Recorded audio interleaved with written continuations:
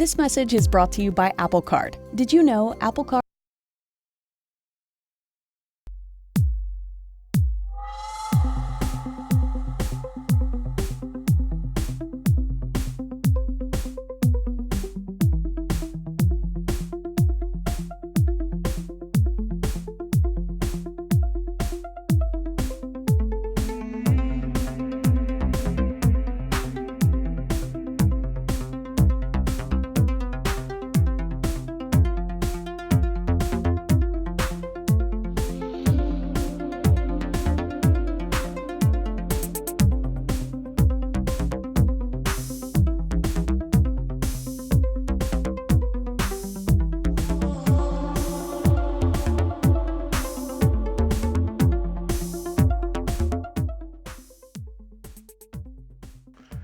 Hey, everything going fine? Mic check, 1, 2. How is it going, everyone? Lone Wolf here, and welcome back to the Doggy Zone. It has been a bit of a bit. I know, and hold on. Shush, you. We are going back into the world of good old Shirokoi. I don't know about that yet. It's a maybe. No. Shit.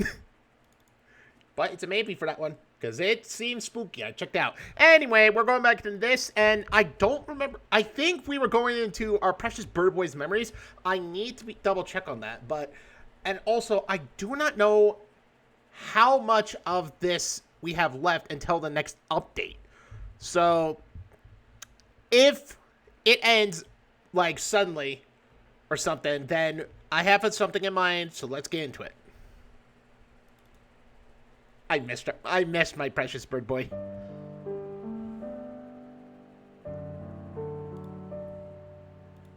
Alright, and...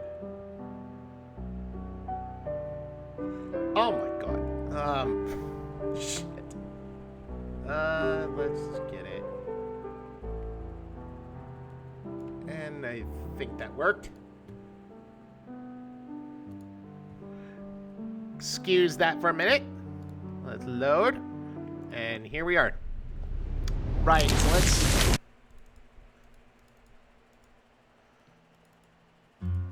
okay, here we go. We just finished exploring Cole's. Alright, Cole let out a sharp exhale as he pulled his consciousness out of the sea of memories. That was enough. This was too much. He could feel the prince's presence at his side, watching everything with a horrified intrigue. Bile rose in his throat as he tried to push the mess of emotions out of his mind. You've had your fill. It's time for you to pay your end of the bargain.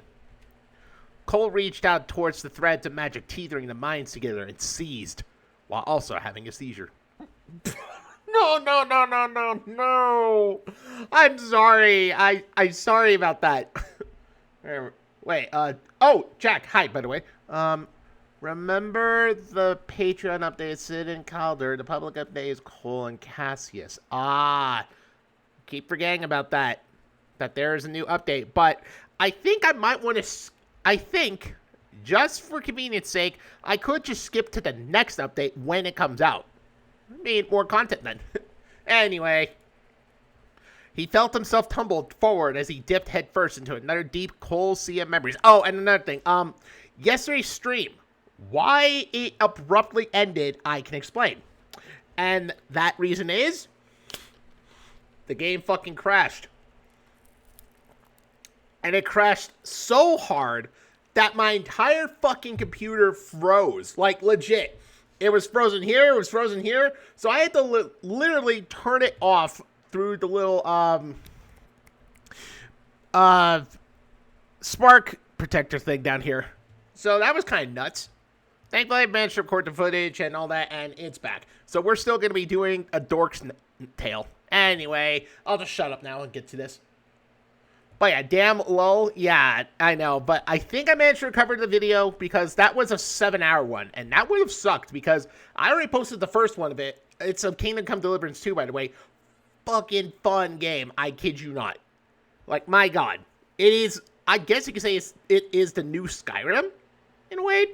That's saying much, but I don't know. Anyway, let's get into it. I rambled long enough. In the beginning, there was nothing. Just a timeless sea of black. And to interrupt again, what the fuck is wrong with me? To summarize, last time we were here, we found out that Cole and Cassius are basically man-made products. Homunculus, or homunculi. Good day to you, Templar extra range. I don't know what the XR stands for, but I'm just going to say extra range.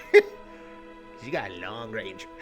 Anyway, hope you're doing well. I was just explaining a little quick summary of what happened last time. So, last time we found out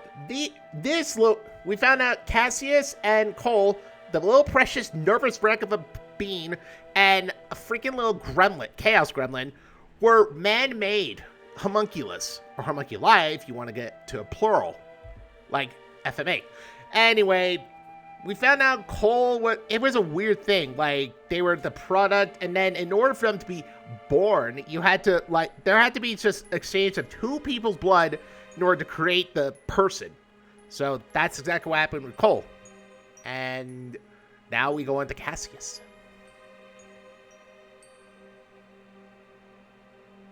Aw, thank you. I'm glad we're doing this and all, because with all the recent BS of visual novels like this getting like totally vanishing off an itch is a horrible thing. And I really do not like that, because it is basically screwing creators over, like Shiro, for example. So I hope that situation gets remedied, and I swear if it's a bad situation. Anyway, enough of my ranting. And within that vast ocean was a faint spark of awareness. Yeah, see? That's what Cole and Cassius were. Just a little diamond. There were people shuffling around him. Researchers or enchanters, perhaps. He didn't know what those words meant at the time, but he felt their sharp stabs of magic within his crystalline form as they poked and prodded at him. Kind of like how you poke and prod at your food to see if it's just right, or if it's garbage. Like a steak. It's raw! They wanted something from him, he realized. They wanted to change him somehow. What? He wasn't sure why, but he hoped they found what they were looking for soon. Even as a simple crystal sitting on a pedestal, he felt his innards shiftly, painfully with every minute adjustment. Oh! That's what Agatha meant! That Roderick stole her work, and so Roderick messed with the Cassius's crystal here. Oh, that's what she meant by that he bastardized her work. Gotcha. Day after day, he felt himself twist and change a little more. Everything began to feel colder, emptier, numb. I'm so tempted to go there. Along with the numbness came a flood of raw power. Magic swelled up in his core like rushing waves from a downpour of rain, filling him up so quickly that he felt like he might burst. Kind of like a water balloon. Was this what he was supposed to feel? What he was supposed to be? It was uncomfortable, to say the least. I get the feeling. Whatever these people wanted from him, he wasn't sure he was doing a good job. After what felt like an eternity in the timeless dark, he felt someone pluck his crystalline body out of his glass case. What? Something was happening, he realized. Everything that he experienced led up to this moment. To the moment where your teacher gives you an F or an A. You decide. Oh, God. He hoped he didn't disappoint.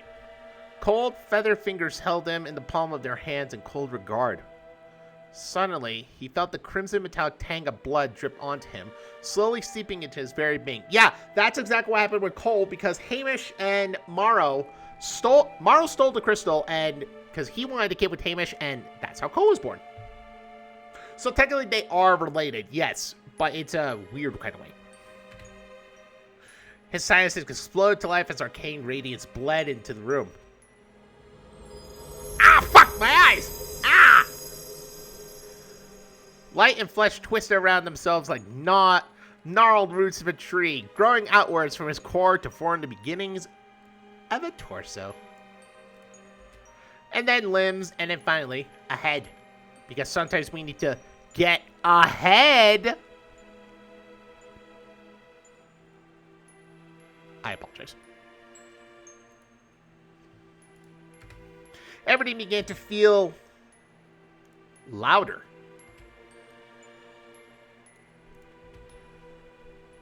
And spookier. He felt the cold touch of the laboratory floor clank against his taloned feet as he stood still. His eyes sealed shut. There was a faint citric scent of magic as soft garments sprung to life, wrapping themselves around his naked body. What? A newly formed heart pounded apprehensively in his chest as he indistinctly held his breath. Was he supposed to do something now? Should he move? Or ask a question? Or contemplate on the meaning of life? Who knows? That's what we all do nowadays, really. Oh, fuck. He had vocal cords now, he realized, and he was certain he could speak if he wanted to. Thank God I had my tea nearby to soothe my throat, or else it would probably be destroyed. All that prying from researchers had filled his mind with strange things. The workings of the city called Axia, the history of its royal family. He wondered what he was supposed to do with such knowledge. Oh. Then he froze. His heart skipped a beat as he realized whoever removed him from this glass case was standing right in front of him.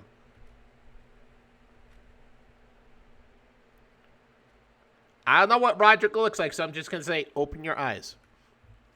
The voice was low and whisper soft, but it carried a dangerous, sharp edge that he didn't dare cross. His eyelids felt heavy as he attempted to pry them open and meet his maker. Face me!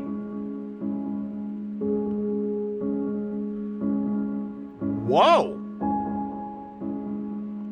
The first thing he noticed was a pair of sharp amber eyes peering back as the glowering face of Roderick Diluvium regarded him coldly. The Royal Peacock circled around him in silence, taking in every detail of his being with a measured look. He gulped and fought the urge to step away from the glaring man. Oh, he has hiatuses, his little three feather things. Oh, that's cute. Though, I'm intimidated by this guy. Anyway, hold on. I gotta think of a good voice for him. Hold on. The flesh appears to be adequate. No, actually, hold on. I got. The flesh appears to be adequate. The older man mumbled to himself as he grabbed his new creation by the chin and lifted his head to observe it more closely. You will answer when spoken to. How do you feel? Any pain or faults to be addressed? I am functional, sir. A dull and monotone voice spilled out of his throat before he could think. The dark peacock nodded and released his chin. Agatha did fine work. My adjustments seem to have taken hold up without issue. Tell me, what is my name? The knowledge sprung forth immediately in his mind. You are King Roderick Diluvium of the city of Axia. And what is the city of Axia? I turn this down just in case you can't hear my voice. Oh, what this game is.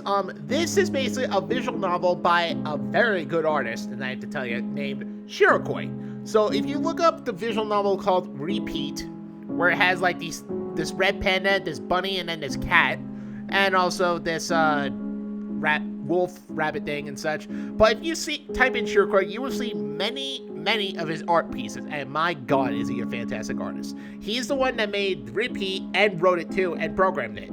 And this is another one of his games that he's done. So expect something like this in Repeat. Oh, and although when you look him up, remember, he's got some very risque art, but still fucking amazing.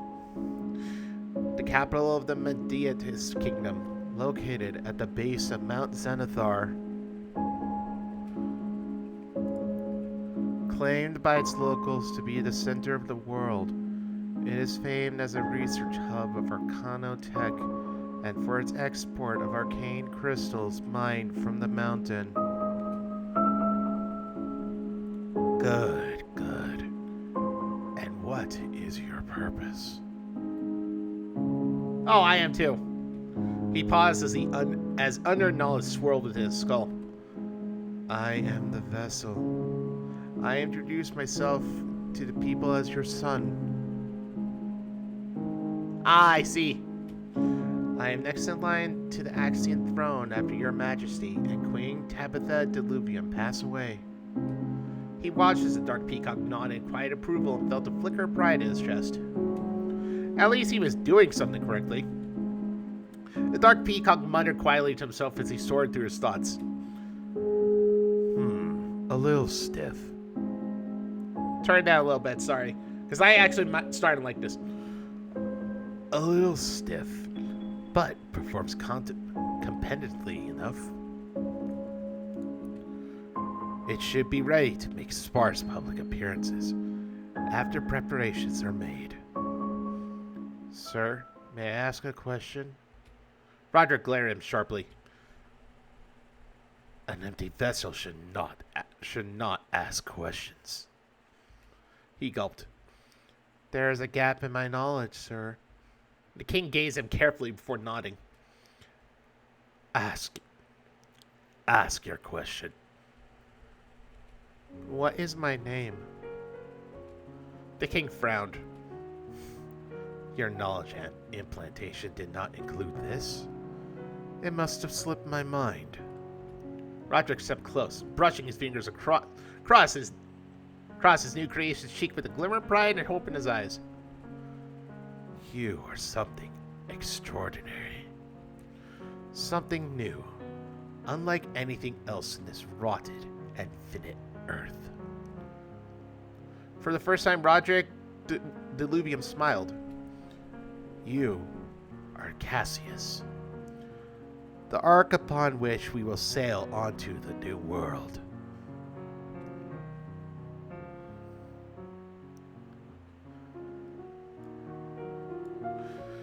That guy was really kind of creeping me out a bit. There was a strange sense of fulfillment burning in Cassius's chest, mixed with a creeping dread. Oh, clicked out of it. On the day of his birth, he was given a name and a purpose. He was the vessel. He would carry out King Roderick's wishes after he died. It was a long and complicated scheme, but he only needed to follow a few simple instructions before the reins were taken from him. Who, King Roderick? Is that who you mean? Because he had a very intimidating aura to him. Just like Calder's grandfather, too. My god. Good fucking drip. But just, whoo, don't fuck with those two. It was simple enough.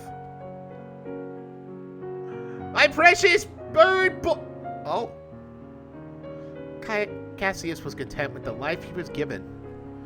But therein lied the dreadful suspicion that something had gone terribly wrong. He was the vessel. The empty vessel. An empty vessel shouldn't have sense of fulfillment. Should it? Or be nervous about the tasks at hand, or feel this desperate yearning for approval from his maker. Had he failed already? Should he tell King Roderick about this? The frightening apprehension gnawed through Caius's chest, but he swallowed it down with a stubborn gulp. Ugh. Just like what I did!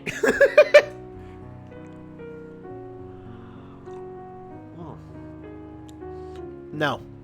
An empty vessel wouldn't confess to having concerns, would it? Perhaps he wasn't perfectly empty, but he could try. This was the purpose he was given, and he intended to follow through. No! Cassius, my precious boy! You're your own person! Fuck anyone who says otherwise! And so, when King Roderick and his researchers locked him inside a new glass case for safekeeping, Cassius kept his mouth shut. He willed the traitorous thoughts out of his head as he was wheeled into a warded storage room for safekeeping. He would do his best to be empty. It was what he was made to be. Cassius forced himself to stay stone still. He He did not emote as the storage room door slammed shut and the protection spell sprang to life. What? He didn't utter a word as he heard the muffled voice of his maker address his researchers through the thick concrete. And so, the product is finally complete. Thank you for all your hard work. You are now relieved from your duties. Cassius didn't make a sound. Screams rang out from the other side of the door, followed by a bright flash of modified memories flooding through the cracks. Soon there was silence. And silence was all Cassius knew for a very long time. Oh, Roderick! You dick! Cassius stood emotionlessly as he could muster, but the world outside his window breathed with a life of its own. It was beautiful. He couldn't help but admire the dancing rays of lights across the lab's sterile halls and the way the birds sang in the swaying trees. It all felt real. I thought Roderick made them forget everything that they did in order to keep everything hush-hush and all, you know? But, I don't know. Agatha, we'll find out more about Agatha later, I don't know. Part of him itched to step out of his glass box and take a tiny peek outside. That's exactly what I would do. I would just come out of my glass box, walk over to the window, look outside, and then, after having my fill, I would just go back in. Just one moment wouldn't hurt, would it? He quickly forced the temptation back down and kept his eyes forward. No, he was an empty vessel. I know! This guy...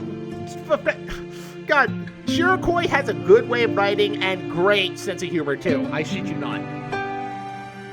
And in the glass box he shall stay. King Roderick did not spend all those years toiling over his plans just for Cassius to wander outside on a whim. No! Still, ever enshrouded in the dark of night, the world outside was breathtaking. The stars shimmered in the velvet black behind the thickest of leaves. It was so unlike the black nothingness that Cassius dwelled in before his birth. That darkness was just nothing. Empty. Like what he was supposed to be. And yet, out there beyond his window, the wind sighed softly, the moon soared overhead, and the fireflies blinked against the cascading hues of lavender and blue. On some nights, he'd stare out into the darkness outside his window and wonder how such a beautiful world could create something as hollow as him. No, you're not hollow, my God! Oh, precious boy! Oh, my precious, precious boy! Cassius soon discovered that, unlike him, the world outside changed. Leaves curled into flashes of yellow and red before falling from branches. The winds grew frigid and glittering flakes of snow fell from the skies to carpet the earth. The crisp winter cold soon bled into his dark storage room, nipping uncomfortably at the flesh beneath his robes. Cassius did not shiver. He was not supposed to move. Part of him welcomed the icy sensation even. He was buried in the endless numbness that curled up in his chest. Then he quickly admonished himself. That numbness was supposed to be there. Why couldn't he just stay empty? My poor boy! Cassius' chest hurt. He had suffered no physical injuries, he was sure of it. Why was he feeling like this? The world outside his window grew painful to look at. It was still beautiful. Of course it was. The soft winter snow stood against the lavender sky like a comforting blanket of white. The stars still shone like diamonds. The trees still danced in the wind.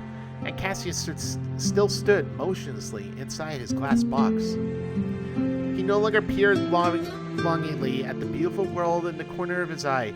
Instead, he kept keeping his gaze forward and blank. He couldn't bear to look at it. Cassius lost count of how many times the world outside changed and breathed. Perhaps this was good. It meant that he was growing empty, as his maker intended. This was good. It must be. On some days, his traitorous mind wondered if this was all worth it. On some days, he wondered if it would be better if the world stopped and he returned to the empty blackness. Life, he discovered, was excruciating. No, my poor baby boy! Something new was happening today. Cassius discovered to his great horror. There were loud rattling and banging sounds outside in the laboratory hallway. A visitor, perhaps? Ah, interesting. No, he never received visitors. A burglar, then. They weren't particularly discreet. Cassius could hear them swear loudly under their breath as they poked at the wards outside his door. He wondered if he should do something. He could hide or maybe stop them somehow, but that would require moving or even leaving his glass box, and that surely wasn't allowed. Well, fuck the rules. Be a rebel. Before he could make up his mind, he felt a surge of necrotic magic bash against the wards with all the subtlety of a hammer, and the door flew open. The person outside, a woman, coughed and waved her hand through the cloud of dust left in her wake. Yay! It's back, Grandma! Yes! The voice that destroys me! Dusty. Surely Roger did stuff my life's work in a random storage room. The nerve. I swear I'm gonna pluck every single tail feather out of his royal ass. A middle-aged bat in a white scarf and round glasses stomped in the room with a scowl. Cassia stood motionless as she poked through the boxes scattered across the floor with her mage staff. She seemed absorbed in her task and didn't even notice him until she passed in front of his case. The bat paused. She squinted through the glass for several moments before letting out a startled yelp. Oh God. Oh, good gods. You're alive. I thought you were a mannequin. Hang on. I'll get you out of there. The bat fumbled with the handle of his case and the door swung open. For the first time in years, Cassius felt a waft of fresh air against his face. He fought the urge to take in a deep breath. He had been doing such a good job so far, he couldn't afford to ruin things now. Strange. The case isn't enchanted or anything. Hello? Sir? Can you move? The bat froze again as he looked up upon his face. Oh. Her hand flew to her mouth as she let out a shaky breath. You look just like him. So, he used it. Devastation lost weight heavy in her voice, mixed together with a fond admiration. The bat looked shaken for a moment before rubbing her eyes furiously and forcing out a warm smile as she rubbed her temples. Hello. It's very nice to meet you. I'm Agatha Stucker. Well, I suppose I'm something like your aunt? Actually, no. Call me whatever you're comfortable with. I suppose I made a terrible first impression of myself. What's your name, dear? Better not be fucking stupid, or else I'm getting out of here right now. Her tone was soft and welcoming, and she looked at him with a tenderness that made Cassius' chest hurt. Nobody's looked at him like this before. Should he answer her? He wasn't supposed to speak to anyone other than his maker. Fuck the rules! But she seemed nice. The bat chuckled. There's no need to be shy, dear. I'm an old friend of your father's. We've known each other for ages, really. I'm surprised he never mentioned me. His father? Oh, she must mean King Roderick. It made sense. Cassius was supposed to introduce himself as the king's son, after all. Father. The word felt foreign in his mind, but it made his insides feel bubbly and pleasant. Aww. He hoped his maker wouldn't mind if he called him that. Agatha gingerly reached out and took his hand, giving it a gentle squeeze. Cassie's heart leapt in his chest. The touch felt warm and kind. He wasn't sure what to do with this feeling. Is something wrong, dear? Why in the world did your dad stuff you in a glass case in his dusty laboratory? He has so much room in his castle. I mean, for fuck's sake, it's much more prettier than this shithole, that's for sure. I hope you had space to run around as a kid, at the very least. I was never a child. He blurted out the words without thinking. Agatha's smile fell at the sound of the monotone voice, replaced quickly with alarm and concern. Oh no, Cassius thought dreadfully. He must have done something wrong already. Never a child? What in the world do you mean? Slow realization and horror crept across the bat's face as her grip around his hand tightened. Oh! No! No! No! Did he rush the crystal's growth? Oh, no, no! It was destined to birth a child!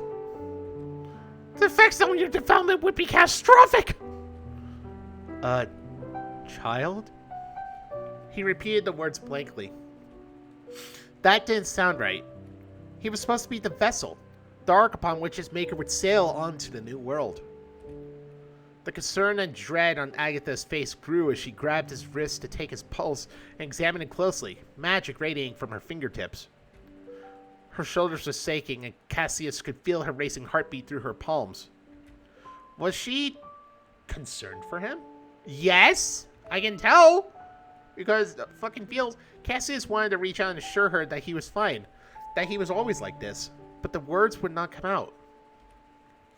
The bat let out an anguished rasp. You're just a hollowed out shell. The personality is suppressed, foreign magic forcefully injected inside, an ego ripped out like an unwanted organ. What did he do to you? Cassius did not know how to answer. I am fine. His monotone voice only seemed to agonize her further. No! No, you're not! You're not supposed to be like this! This is an abomination! Her voice cracked and tears started at the well of her eyes. What was I supposed to be? You were supposed to be a child! A new life brought into this world to be loved and cherished! You were supposed to grow and learn and be free to choose the life you wanted to live! Choose? And your parents! You were supposed to have parents who raised you and hold you close when you're afraid and pat your head to tell you everything will be okay! Instead of you were stuffed in a box and stored away like a doll! This isn't right! Cassius' chest twisted painfully as Agatha tightly clung onto him. His head hung low. This woman was mourning him. Mourning the person he could have been. He wanted to tell her that it wasn't so bad. He had a great and wonderful purpose ahead of him, and his father was quite proud of him as well. There was no need to cry for him, but the words would not leave his throat. For a brief moment, Cassius cursed the empty shell of his existence. For one tiny sliver of a second, Cassius wanted nothing more but to raise his arms and embrace this grieving woman, if only to give a tiny bit of comfort. But he could not. Instead, he forced his beak open, and two raspy monotone words spilled out. I'm sorry. Agatha raised her head sharply. Her gaze narrowed as she searched his face for something he could not name. She let out a bitter, defeated breath. Are you even capable of such a thing anymore? Cassius did not know how to answer. Loud, taloned footsteps echoed in the hall, snapping the two of them out of their stupor. Oh, shit! Shit's about to fucking go down.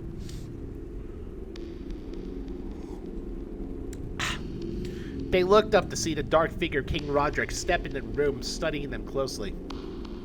He did not look surprised. Ah, Agatha. Roderick. Roderick.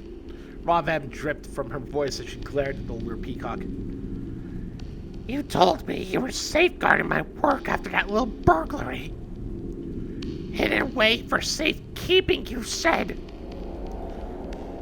And I have kept my promise. It is quite safe. I am not sure what I've done to deserve your ire. Not sure? King Roger preened his feathers absentmindly as he spoke. Were you anxious about the state of your creation? There was no need to rampage through my wards. You need only ask. He nodded towards Cassie with a glimmer of pride. Magnificent, isn't it? You should be proud.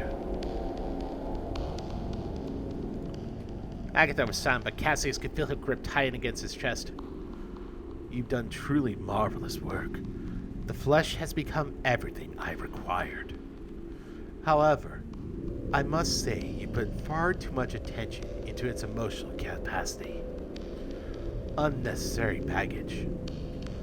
It took me years to remove such frivolities from its core, and I feared I nearly failed.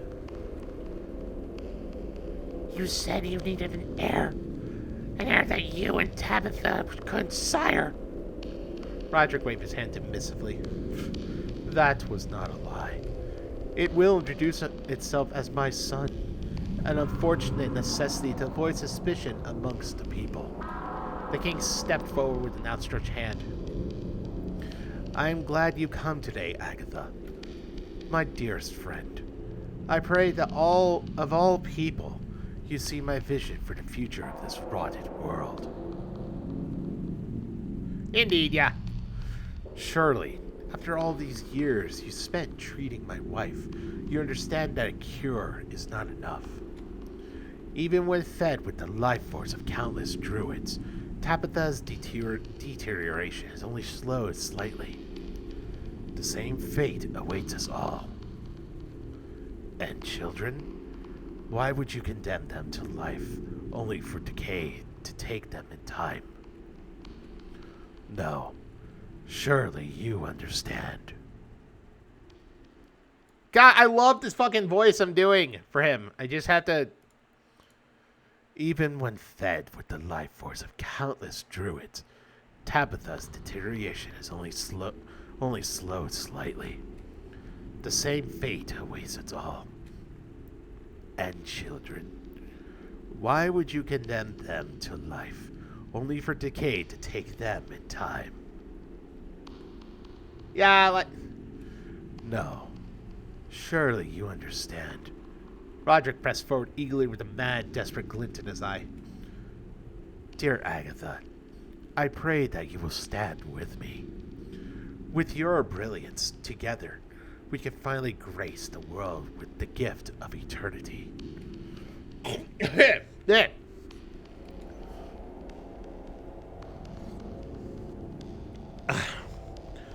Your empty doll will also rot with time, as far as I can tell. The guy barked out loud. The flesh? It is nothing.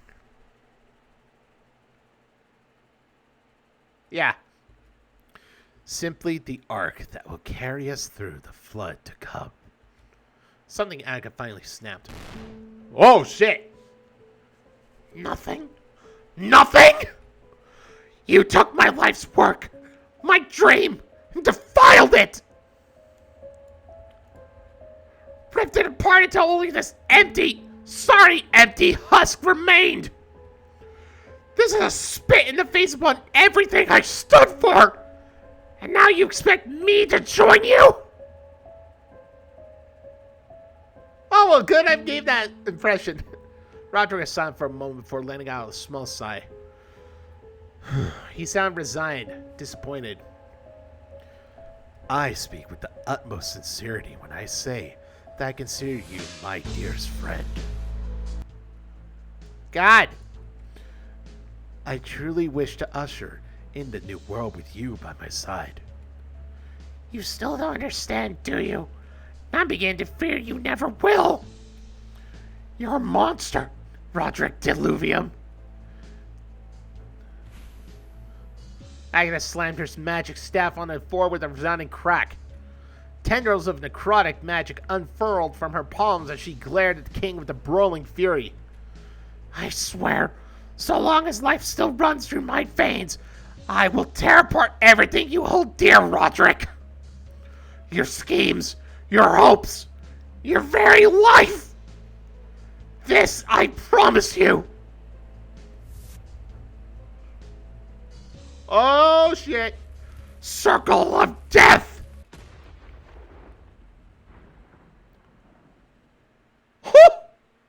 So, that's what happened. Holy shit. Cassius's last memory of Agatha Stoker was the sight of her venomous gaze before his vision was engulfed by necrotic light. Before death could take him, his father cast Scatter with a lazily flick of his wrist, and he suddenly found himself flung out of the laboratory's collapsing walls.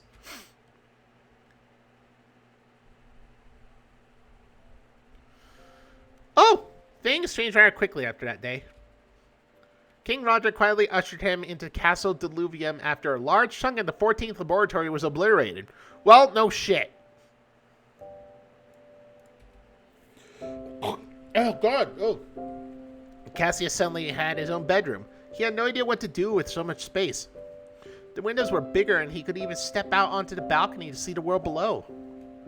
At first, he just stood stiffly in the corner of the room, but that frightened off the few servants who came in to clean, much to father's dismay.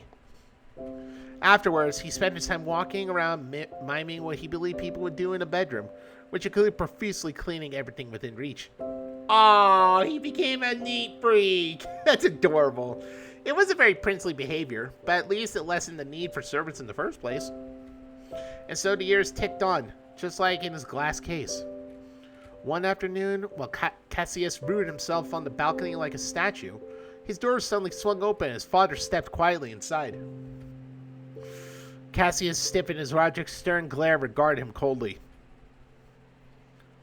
Oh my God!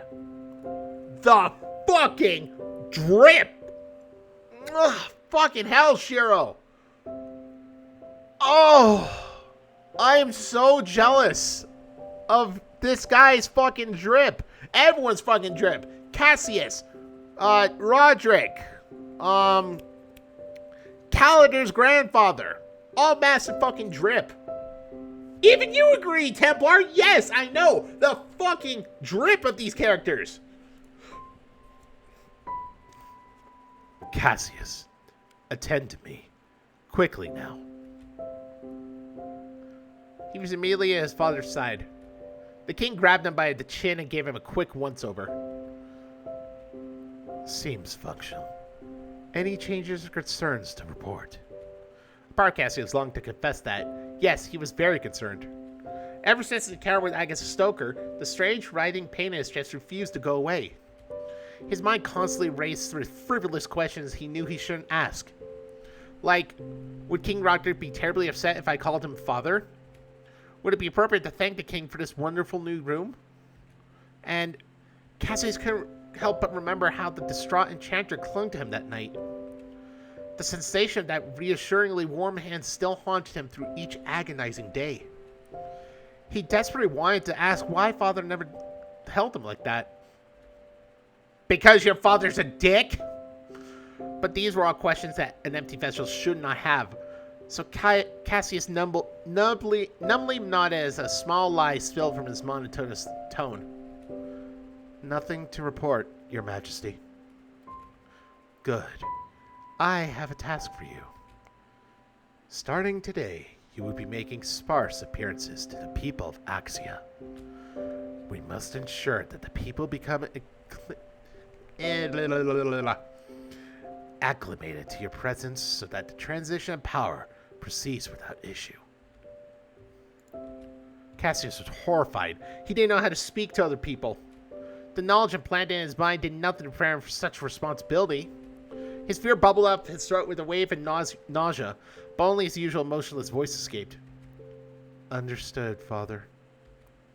King Roderick looked at him sharply. You will address me as Your Majesty. Understood, Your Majesty.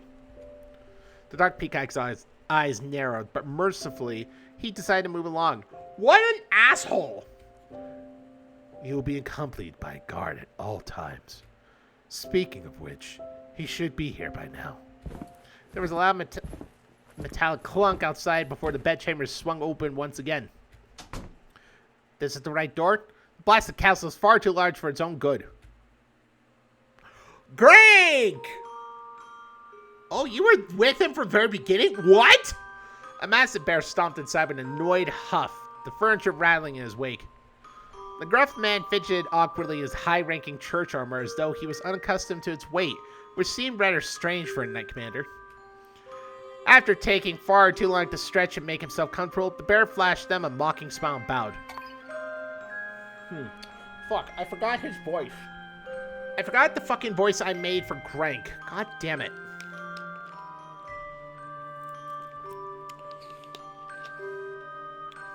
Ah, your majesty. Well, if it ain't a delight to see your cheerful mug again. And who's this little guy? Roger Scott. I see your time in prison has not tempted your difficult behavior. Oh, you mean the months you've spent torturing me in a cell while feeding me weird magic flesh? I vaguely remember a little something else happening too. Oh yes, I almost fucking died. So yeah, forgive me for not being thrilled to be here. King Roderick tilted his head, his amber eyes regarding him coldly. Considering you were on death row, I expected you to be grateful for the second chance. And for your new gifts as well. You call this a gift? The bear flexed his hand experimentally. Golden embers danced between his fingertips, filling the room with the sterile scent of celestial magic. I can feel it boiling inside my blood at every waking moment. And if I let it run rampant too long, I risk burning myself alive. That actually sounds better. He spat. Blessed my ass. The only silver lining is that the church is suddenly scrambling to explain why their beloved creator gave a lowly criminal her favor. His eyes narrowed, devilish snarl twisted across the bear's face. I suppose I had to show you the gratitude you deserve. Flames suddenly erupted from the night, wreathing around his claymore like a fiery serpent. Oh, fuck! In a blur, the knight leapt forward and swung his massive burning blade directly towards the king's head. Halt. Oh! Oh no! The flames immediately evaporated like a mist and the knight dropped to the floor with a heavy thud. He growled and struggled to tear at the dark peacock again, but his limbs remained stubbornly still. Roderick rubbed his temples tiredly. For fuck's sake! God! For fuck's sake, the temple thing again! God damn it, Shiro! You had to sneak it back in, didn't ya? Ah, for fuck's sake. That's been a recurring thing in this, and I've always made a joke about it. I just did not expect it to show up after such a long time. Ah, damn it. Now I have... Great, now I'm rubbing my temples. Thanks, Shiro.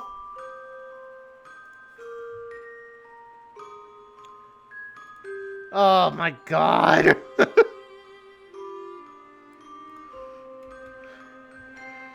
Your guard will be the Pale Butcher, or Grank Stormborn as he is known today. He is as unruly as his moniker suggests. The king eyed the struggling bear with a hint of disgust. And you will guard the vessel with your life and learn to behave properly. Grank let out a pained wheeze as the runes across his body shimmered angrily. The vessel is also equipped with a leash. It can end your life with a single word if necessary. And unlike you, it takes commands rather literally. I do not recommend testing its limits. The king sighed and waved his hand dismissively as he turned to leave the room. Holy shit, oh my god, the way I voiced that. Oh, that fucking intimidated me a bit.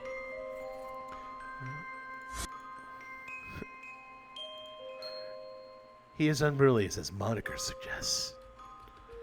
And you will guard the vessel with your life and learn to behave properly.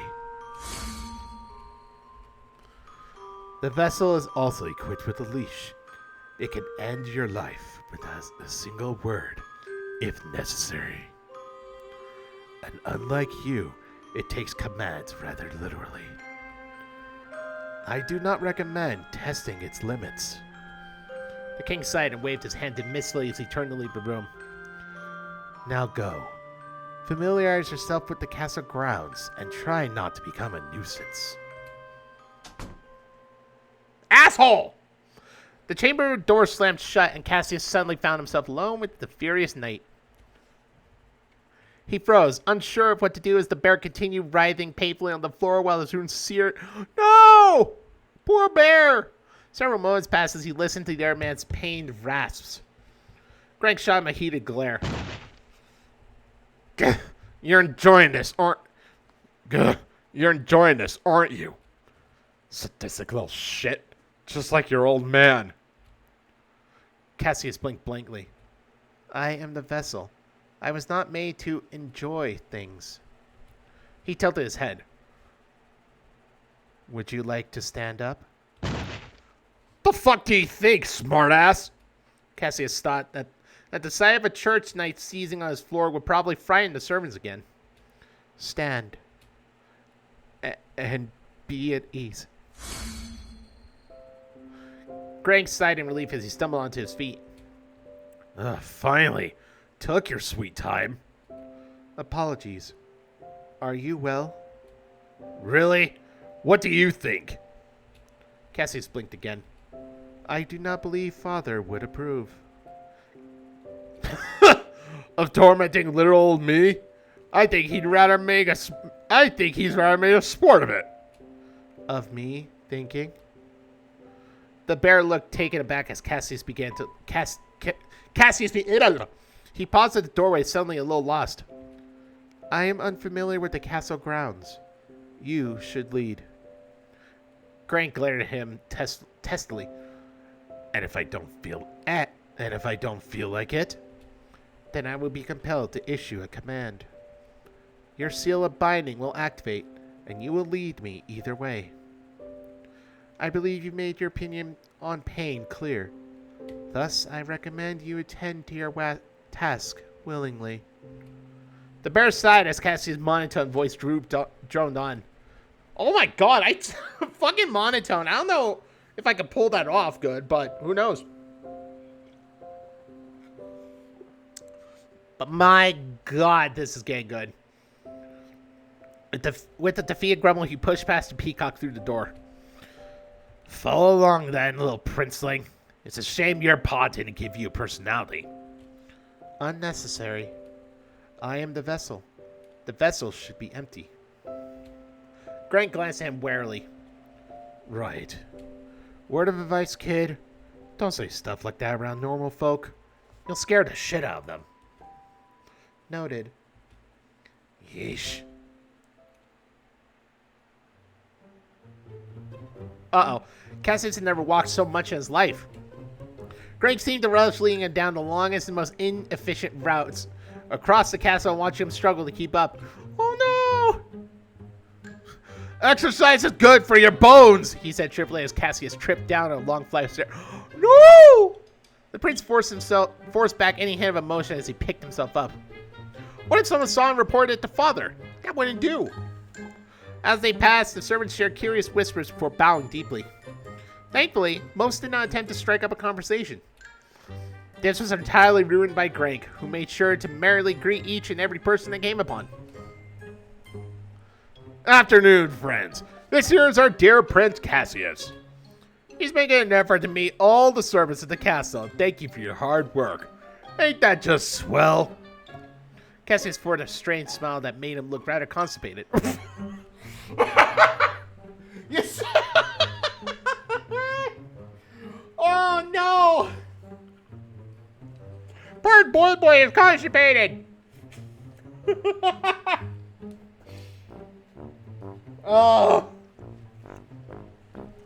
I knew something humorous would pop up as soon as this music came on. I fucking knew it.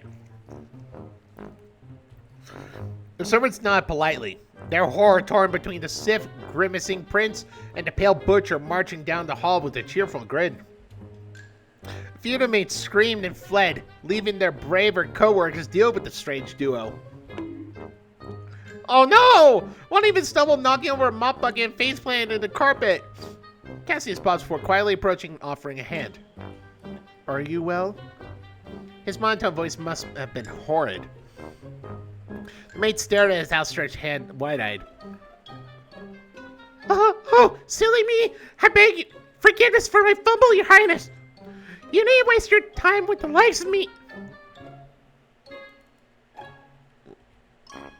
You're gonna hate me. Oh, silly me! I beg forgiveness for my fumble, Your Highness. These are so clumsy. You need to waste your time with the likes of me. She hastily jumped to her feet without taking his hand. For a moment, the fucking mouse needs to go away. Fuck off, mouse. Cassius saw his blank, empty stare reflected in the servant's wide eyes and flinched. That only seemed to frighten the poor woman further. My humblest apologies, Your Highness. I didn't mean to offend. I do not take offense. He paused. Was that enough for a conversation? It didn't feel like it. No, not all. Cassius glanced at the puddle of water flowing from the spilled mop bucket. He flicked his hand, sparks of prestigation.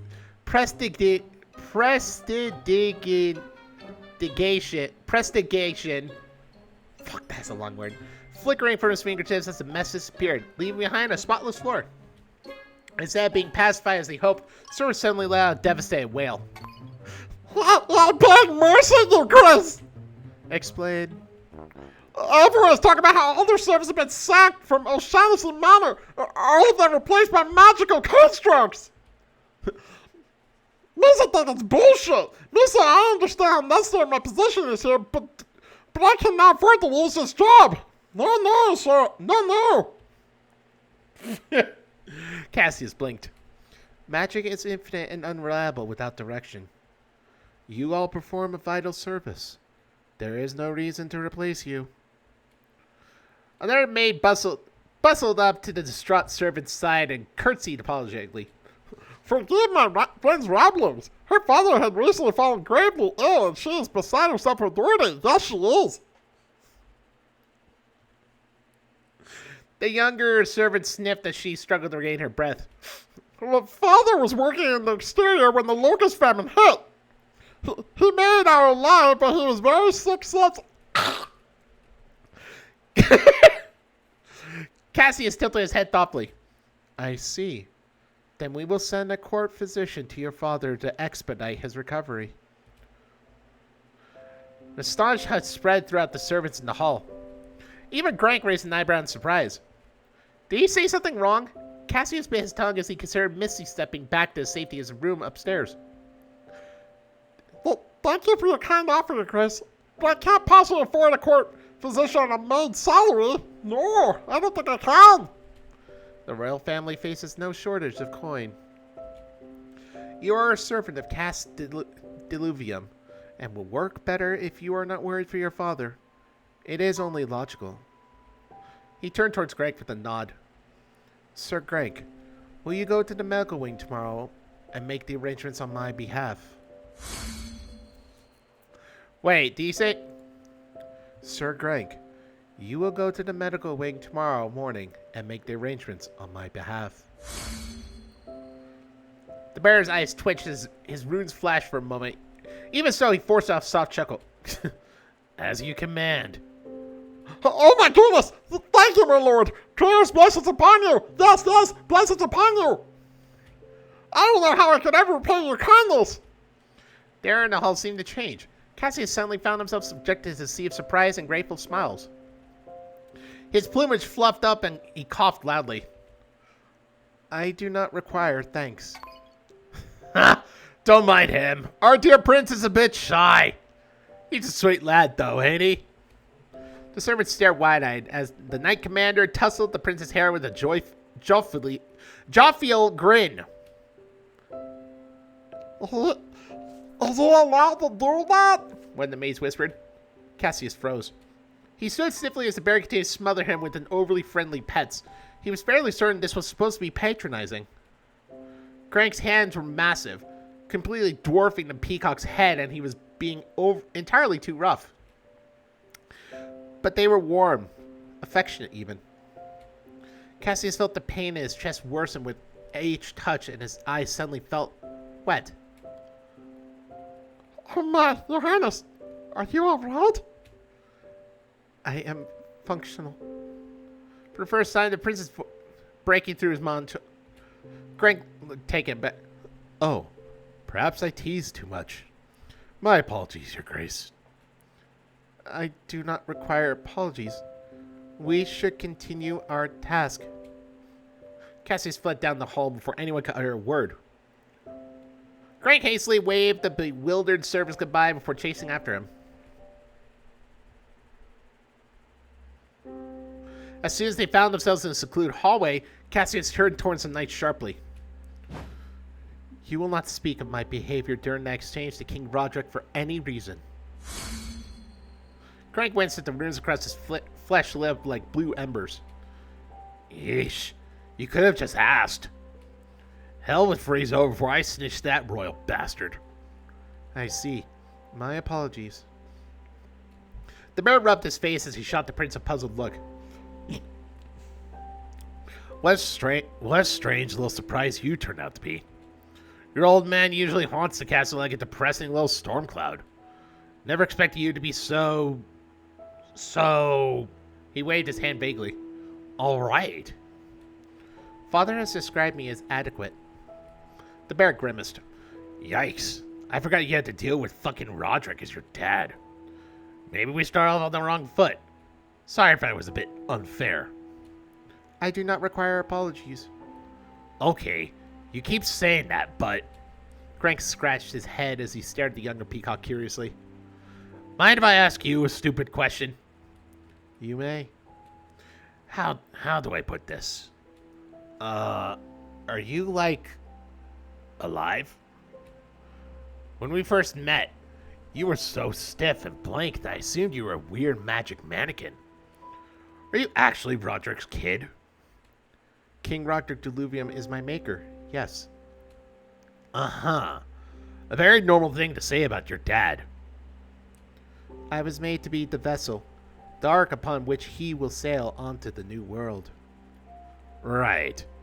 Okay, maybe I should be more specific. Crank scratched his head awkwardly. What I really need to know is, are you real? Like, is there a real person there with thoughts and feelings? Or are you just a jumble of rules and commands that old Roderick put into you? A cold shiver crawled up Cassius' spine. He stood silently, unsure of what to say. It's okay if you don't want to answer. I was made to be an empty vessel. Cassius' blood pounded in his ears as he tried to steady his breath. An empty vessel should not have thoughts or feelings. An empty vessel would not be considered alive. Instead of being satisfied, Crank's frowning deepened. Sure, that's what you're supposed to be. But no kid actually ends up exactly the way their parents want, right? So what are you really? Cassius' heart leapt to his throat as he glanced up in surprise. His monotone voice cracked once again as panic bled through. Oh, my precious boy! What do you mean? I mean, if you were empty, you wouldn't have told me to keep a secret from your old man, wouldn't you?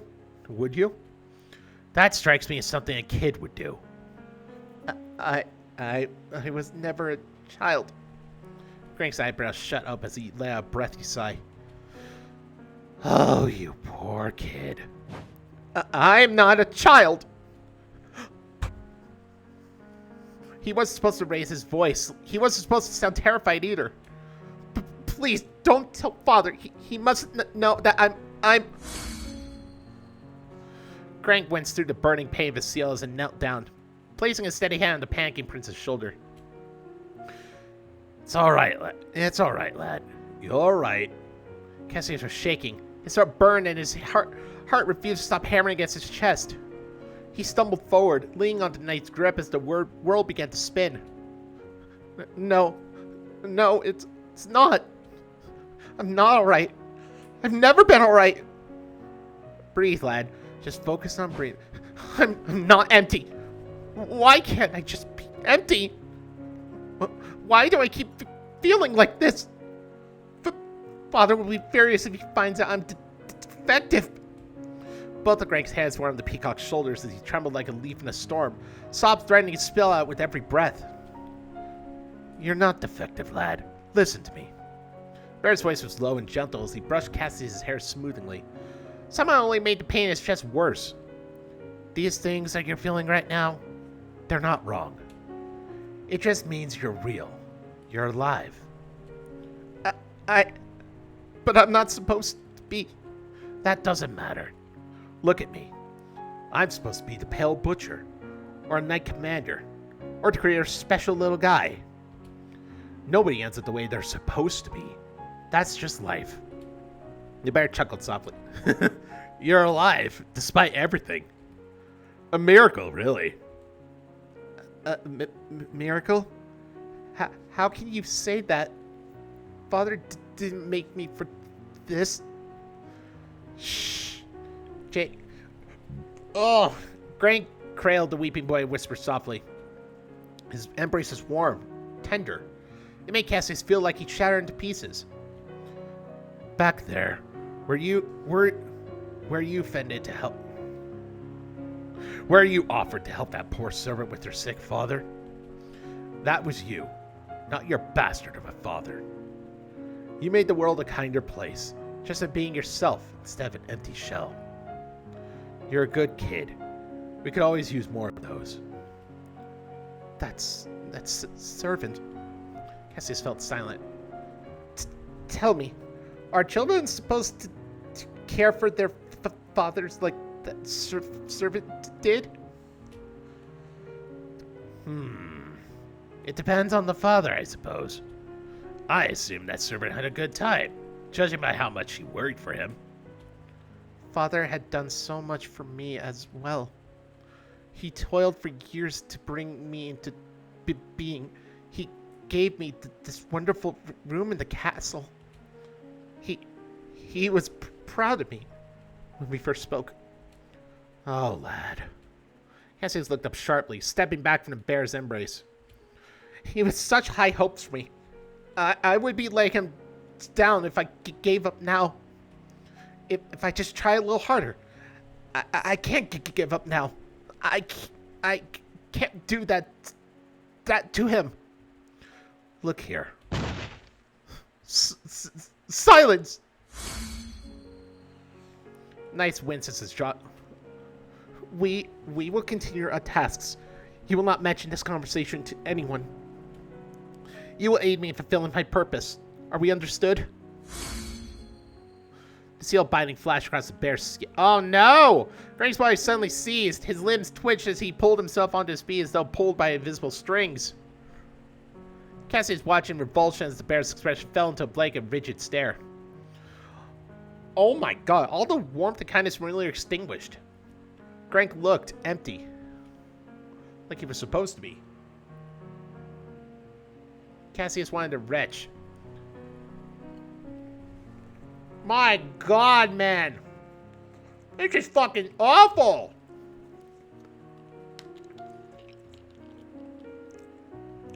King Roderick, you absolute prick. You absolute fucking prick. Sir Greg, are you all right? I am your loyal servant. The bear nodded stiffly and began marching down the hallway to continue their tour of the castle. The pain in Cassius' chest dug into him like 1,000 tiny daggers. It hurt worse than being empty, worse than the fear of disappointing his father. In that moment, Cassius knew he was the worst person in the world.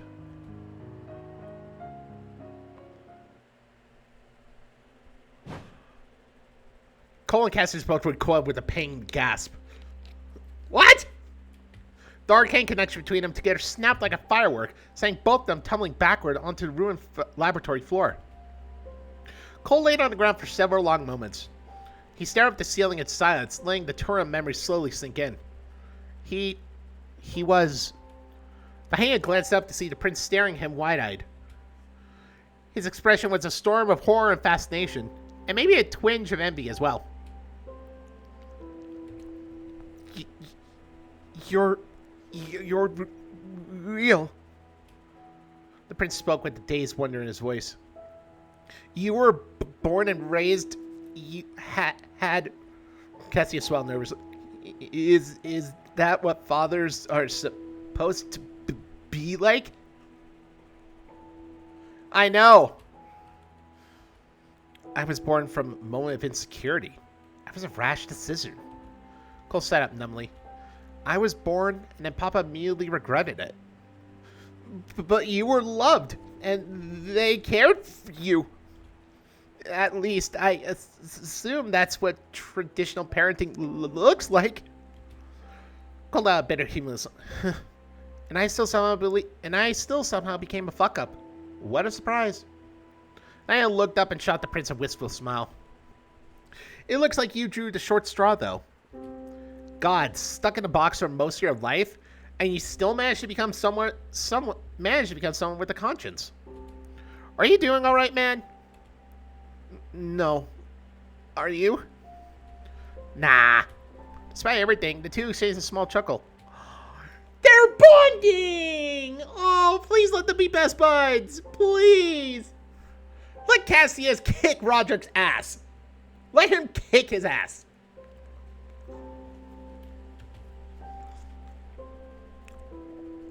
What strange siblings we make. Cassius shot him with a curious look. Wait, did Cole say that or Cassie? What will you do now? Try not to think about it for a while. Cole hopped on his feet and stared around the broken laboratory halls. I still need to help Artemi figure all this shit out. And I still need to apologize to Hamish for everything. And maybe, now that the cat's out of the bag, my dads can stop pretending now. Cole smiled humorously. That's the problem for future me, though. Right now, I'm just going to tear through this lab, look for my friends, and maybe find out wherever your shitty dad is hiding. Cole felt quiet. What about you? Are you going to stop me? Cassie stared at the hand for a long time, his face torn. Finally, he let out a deep, tired sigh. No. You're real. Live. What right do I have to stop you? Cole's eyes widened as an arcane mist began enveloping the prince's body. He rushed forward, arms outstretched. Wait! Cassius fled in a burst of smoke, leaving Cole alone in the cold laboratory hall. Fuck!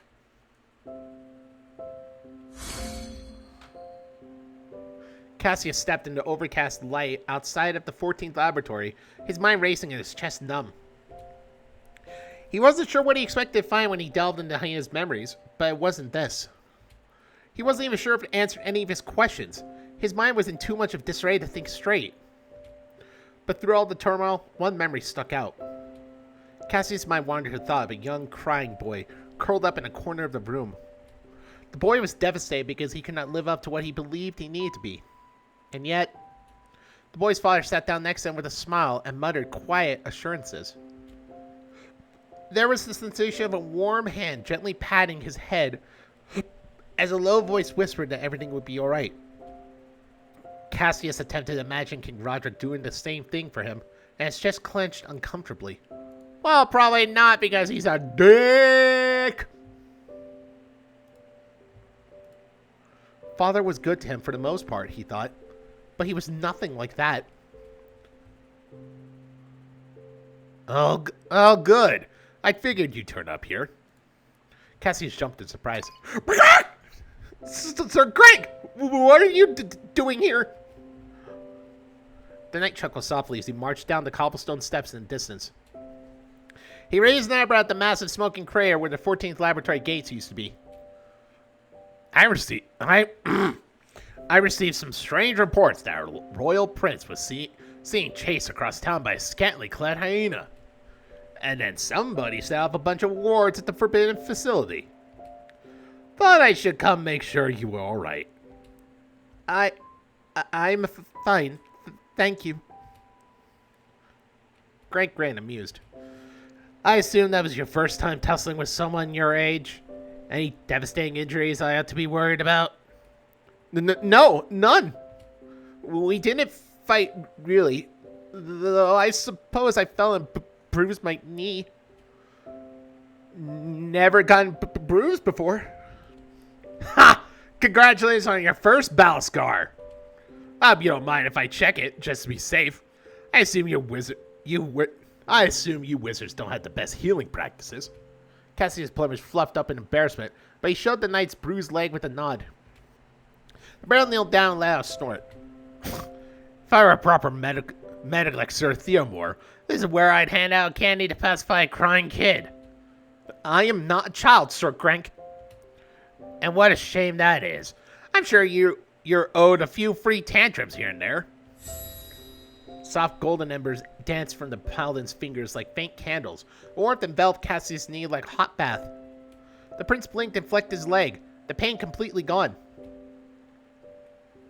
Thank you, sir. Think nothing of it. Now let's get you back home while your terrifying pursuer is busy, shall we? Cassius nodded quietly as Grank led him down the cobblestone path away from the laboratory. He stared at the paladin's broad back, his mind wandering. Sir Grank, may I ask you a question? You need an answer if you do not wish. Grank raised an eyebrow and shrugged. Ask away, lad. Why do you always do this? The frivolous things I mean? You are bound to protect me, yes. But you never needed to offer me tea or heal my minor scrapes. Why do you always go out of your way to help me? The bear's eyes softened. Because I want to. But why? Cassius hung his head low. I was under the impression that you hated me. Grank let out a soft breath. Hate you? Whatever for, lad? For everything. You're stuck with me. I constantly take away your will, and not to mention all the things my father has done to you. Grank hummed thoughtfully. I was a little frustrated in the beginning, yes, but I never hated you. You and I, we're just little cogs in this grand machine we have no control over. And you have been afforded very little kindness in your life. I'm grateful for the opportunity to even that balance. Cassius stared at the knight incredulously. His chest continued to gnaw at his insides, and the soft look on Grank's face was painful to look at. Cassius hung his head low once more. Thank you. It hurt. He was just an accident that sprung to life in the midst of father's plans. He had done nothing to deserve such kindness from the knight. And yet, Grank had stayed by his side throughout all these years, and likely the years to come. A creeping panic bled through his mind as Cassius thought about the task ahead, his purpose. Fuck the rules! A vast sea of duty lay ahead of him, and the crushing weight of all that terrified him to no end. Cassius glanced up at Crank's sympathetic smile, and the pain in his chest sank deeper like a knife. I know I am in no position to ask for such a thing, but may I request a favor? A selfish one. You need to humor me, only if you want to. What would you like, lad? Cassius' gaze stayed fixed to the ground, unable to meet the knight's eyes. He suddenly felt silly and pathetic for even thinking of this. But he already asked. It would even be more pathetic to back out now. He sucked in a sharp breath. Can you pat me on the head and tell me everything will be okay? There was a long and incredulous pause. Good God, he must have sounded so stupid right now. No, not at all. No, my precious bean. Grank was probably flabbergasted by the sheer absurdity of it all. Cassius was about to splur an apology for wasting the knight's time when Grank suddenly took a step forward.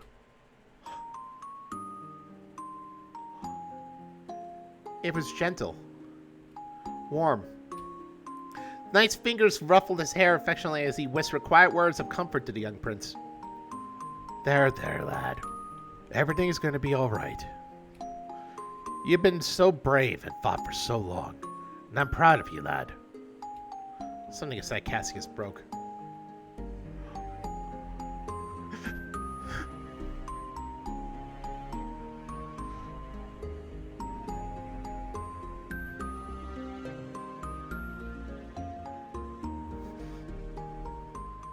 The pain inside his chest cracked open like bones and tears began. Tears flooding down his face like an ever. He couldn't stop. It was pathetic, bawling and weeping in the knight's arm like a child, his shoulders trembling a leaf in the wind. And yet Grank held him close and continued fondly tussling his hair while whispering, It's all right, lad. Just let it all out. It's all right. It only made Cassius weep even more. Normal people didn't break into pieces when met with the slightest tenderness, he thought. Somehow, being held and cared for felt like the very proof that he had been ruined. Oh, no! Oh, my precious bird boy!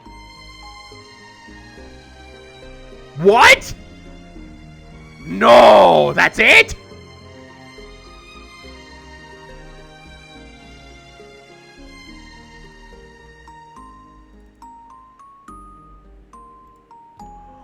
No way!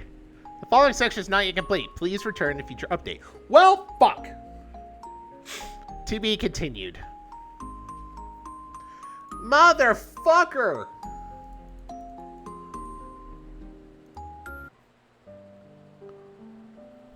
Oh no! We're at the edge! Well, I'm somewhat caught up now, but, anyway... Let's see the next one. My God, we got so much time. So, anyway, let's see what we can do here. There is one that I wanted to do. I just recently found its update. So, let's see here.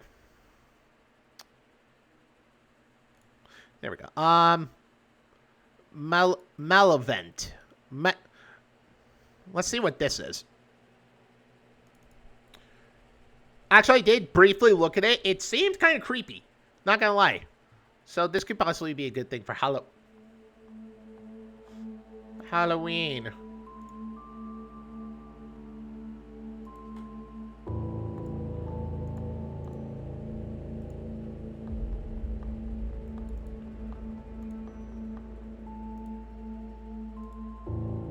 What the fuck?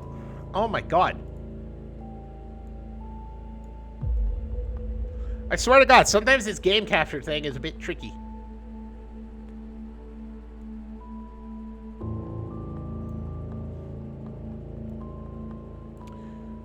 So, what the fuck is this thing? Who the fuck is this? Ooh, I don't like that. That definitely looks creepy. Let's see Krez for a minute to see. This is the penultimate. Whoa, this is the penultimate version? Oh, it's almost done. Malavent is based on the SCP-1471 by Lurk D. A skull dog. Let's take a look here about what this is. Oh my God, it is SCP stuff, alright. So how about we display? Nah, we're good on that. So, oh my God. Okay, so I found something. Item, SCP-1471. Object class, Uselid. Oh my God, there's a lot of fucking things here about this. Oh, wow. I'll just read a bit of it. SCP, Special Containment Procedures. All mobile devices that have SCP-1471 installed are to be confiscated and analyzed for any potential leads to other possibly affected devices. Afterwards, affected devices are to have their batteries removed, be assigned a designation, example, and be placed in Storage Unit 991 at Research Site 45. All online application stores for mobile devices are to be monitored to prevent any inadvertent sales of SCP-1471. Suspected devices are to be targeted using self-uploading malware in order to disable the device until it can be seized by field targets. Wow, that's complex. Description. I'll read a little bit of its description here.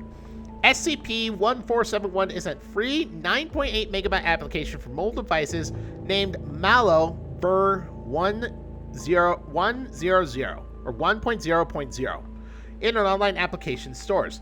SCP-1471 has no listed developer and is somehow able to bypass the application approval process to go directly to distribution. SCP-1471 is able to avoid removal by other program manager applications. Huh. Alright, a little bit more. After SCP-1471 is installed, no icons or shortcuts are created for the application. SCP-147 will then begin to send the individual images through text messaging every 3 to 6 hours. All images will contain SCP-1471 either within the background or foreground. SCP-1471 appears as a large humanoid figure with a candid-like skull and black hair. Fuck me, that was a mouthful. That was such a goddamn mouthful there. But I have to say, it is... I do have to say one thing, though. That does sound pretty cool and interesting. Not gonna lie. So let's see about this. Although I will say this might actually just be more appropriate for when Halloween comes around. I don't know yet. Let's start it. This is the penultimate version. There may be bugs, crashes, and other issues, and content is subject to change. And this is still fucking weird. Hold on. No, not that.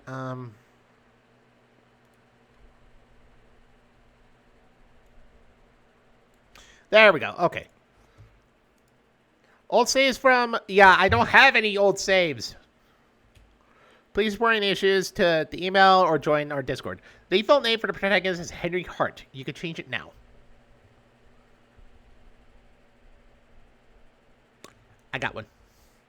Kota Filan. Okay, that'll work. Oops. Leave the default. Okay. Kota Filan. Wonderful Institute, one of the very best universities when it comes to computer science and engineering. The coursework is rigorous and meant to weed out anyone not committed or not suited for their degree. Unfortunately for me, that level of academic challenge is kicking my ass at the moment. My name is Kota Filan, and I am an assassin. I'm a junior at Waterfall Institute, actually, and as of late, I've hit a roadblock.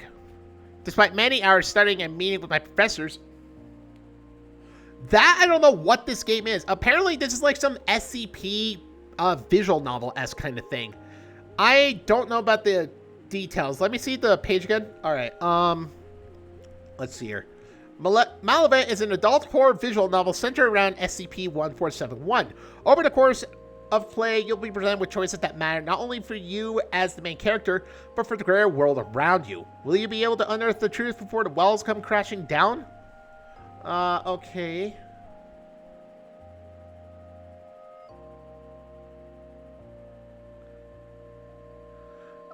This is so curious. So, what? Huh. Okay. That actually does sound pretty curious. I'm not gonna lie. Maybe I should do this for a little bit until the update for... I don't know, actually. Hold on. Let me continue. Despite my errors and Professor kicking my ass. The only reason I'm still barely passing is thanks to a classmate of mine. We see one. It's Chinese. I think that's Chinese. Or Korean. I think that's Chinese or Korean. I don't know. To be honest, she's struggling as well, but at least she understands the lectures and homework better than I do. We began together at the campus library every week to brute force our way through all our assignments. The problem is that C1 is visiting her family in South Korea. Ah, Yes, it is Korea-based. This is a Korea-based. Okay, so the characters are like that. Oh, no. Okay, never mind. This week, her younger brother, Jihai, is getting married. While I wish them the best, that means my process of completing this week's homework are grim. It's difficult to coordinate on homework across an ocean and in drastically different time zones. Yeah, time zones are a bitch. They're a bitch, I tell you. Especially when C1 is likely drowning in all the prep work for the wedding. Someone's texting me. Who the fuck is this? Speak of the devil, it's C1. Well, looky here. Oh, I got spam! I'm kidding.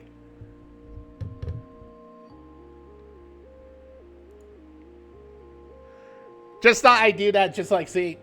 Oh, looky here! Hi, Coda. I came across this new app during my vacation and immediately thought of you. Oh my god. This is like... Oh my god, this is reminding me so much of a game that... Simulacra, I think it is. Hold on.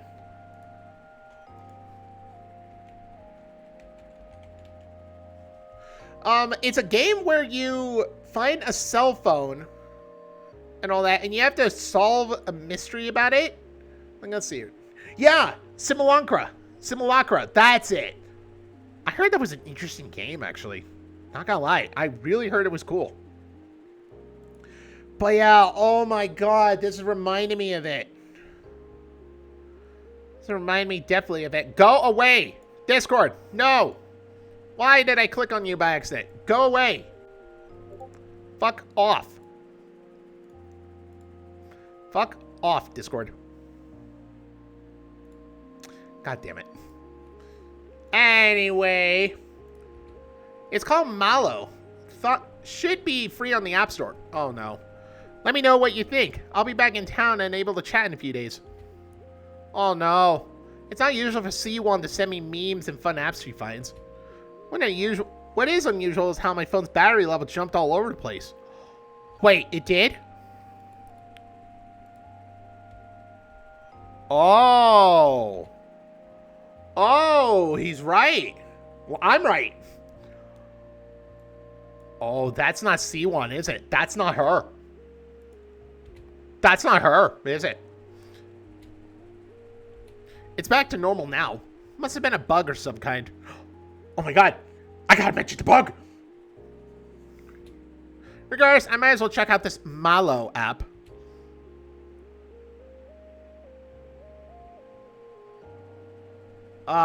This app icon looks a little ominous with the stylized O against pure black. Not gonna lie, it actually looks pretty cool. The description of the app is interesting. Hold on, I swear to fucking god.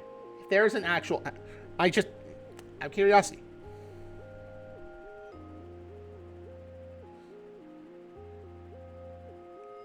Nope. I thought it would be on the App Store, literally. I thought there was an actual freaking app. That would have been hilarious. Never sell for those awkward feelings of being alone ever again. Well, that just sounds like fucking personal attacking there. Malo is an exciting interactive experience that will keep you engaged and intrigued. The anxiety of social situations can be nerve-wracking, but after just a few hours of Malo, you'll soon forget all those painful emotions of disappointment. Be part of the new craze that's quickly becoming the next social substitute. Remember, the more you participate, the more Malo will engage you. Your experience is completely up to you. Ha. Wait. Absolutely no ads. Enjoy. I call bullshit on that, and probably the ad being something very fucking creepy going on. It's weird that the description... Oh, my god. Sorry, the sound. My god, I am shaky. Hold on. Oh, save me, chicken nuggies. No! I lost the nuggie! No! Ah! No! I lost my chicken nugget. It's past the 5-second rule. Damn it. Yeah, it's weird the description has a name in it. And that call out anxiety hit close to home. Thanks, C1. You really know how to bury the dagger deep. Oh, you don't have to fucking relate to me, game. Why? Still, she recommended it. What harm is there trying the app out? Oh boy! It's not like the App Store allows malware. Plus, there's supposedly no ads on top of being free. Bullshit! Worst case, it'll just be some ChatGPT knockoff that I can delete later. We'll see. We shall see, my good sir.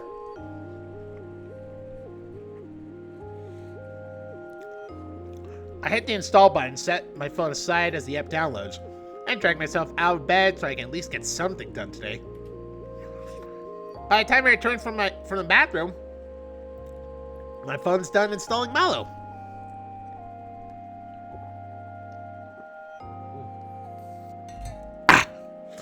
Or so it seems.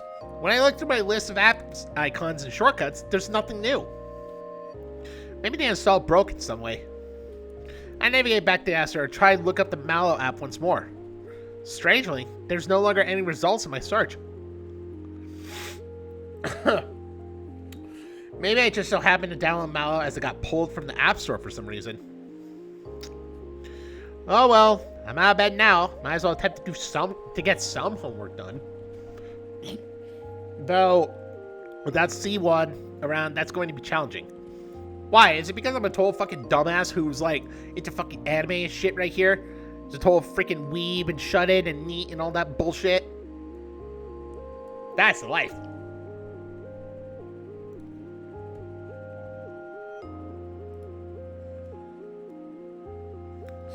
After 3 hours of beating my head against the wall, I give up and turn to gaming. What anyone would do when lacking responsibility. Hold on, what the fuck is wrong with my camera? Out of place. That's what anyone would do when giving up. But not in Elden Ring. Okay, there we go. Whoa, whoa, whoa. Was that? No, that wasn't my phone. Okay. I only get an hour in before my phone chimes. Is that C1 again? Instead of a text, my phone's showing me a photo of the main food court of the Waterfall Institute. And the battery's going on the fritz again. Who sent this? And why is my battery fluctuating again? God damn it, Verizon! Give me some fucking faulty thing. I'm about to hit hard reboot my phone when I notice something odd about the photo.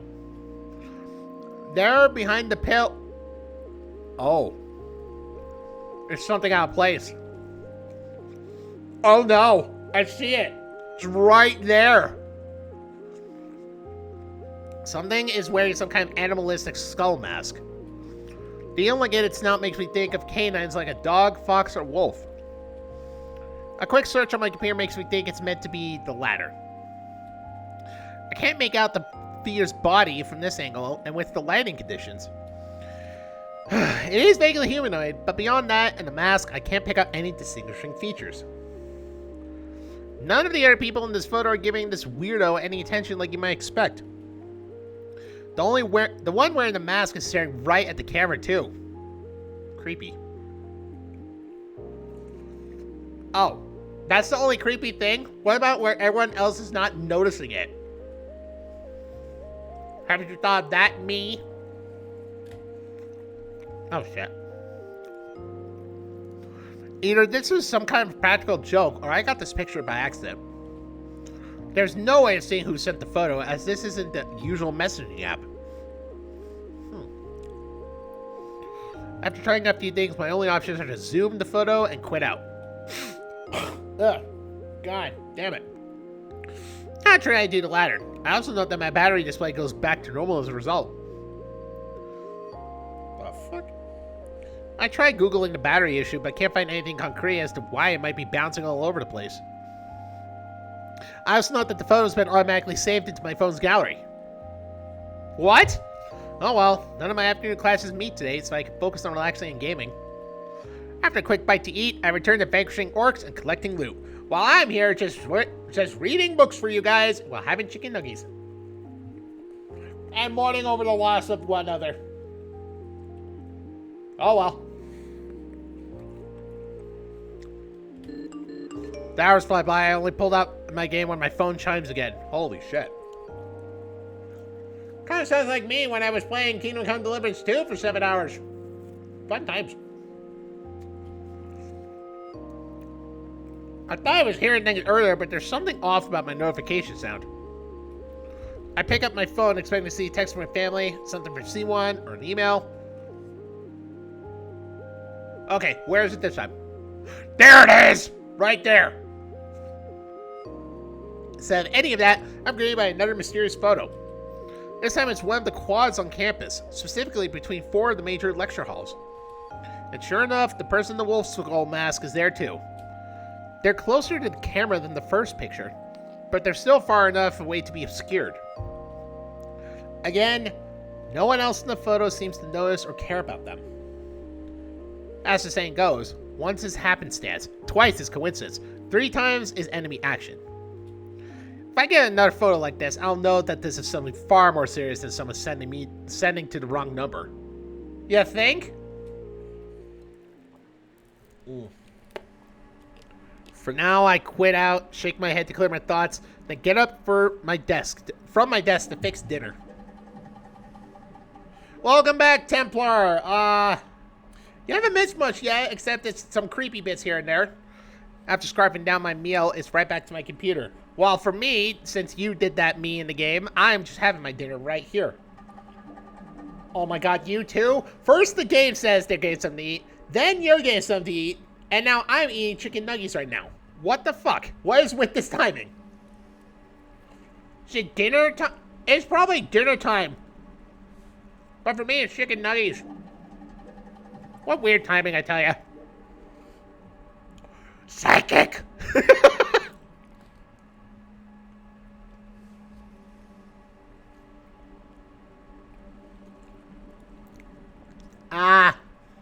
No worries.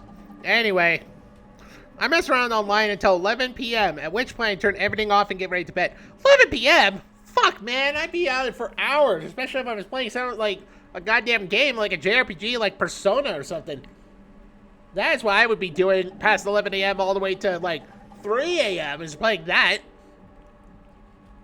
Unless I have plans.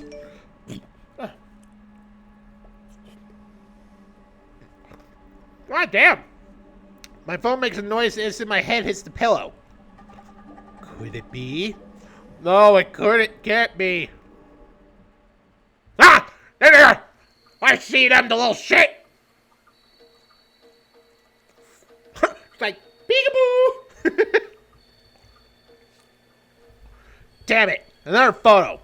I organized location as the 3rd floor of the university's main library. That's where C1 and I usually study together in one of the meeting rooms. This picture doesn't show any said rooms, but it does have the wolf skull in the visual again. They're peeking out from behind one of the stacks of books as if they were playing hide and seek, and just playing peekaboo!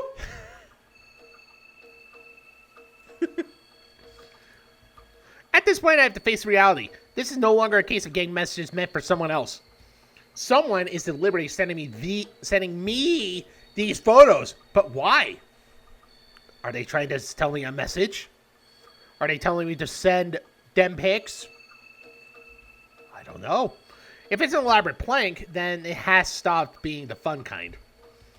Are they trying to unnerve or threaten me into doing something? Could whoever they are be a stalker? Wouldn't be the first time something like this happened in Waterfall. I wonder what you mean by that. Have I been stalked?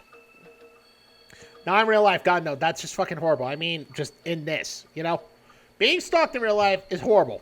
Thank God that's not happened to me. The university has an interesting history, to say the least, but none of that helps me now.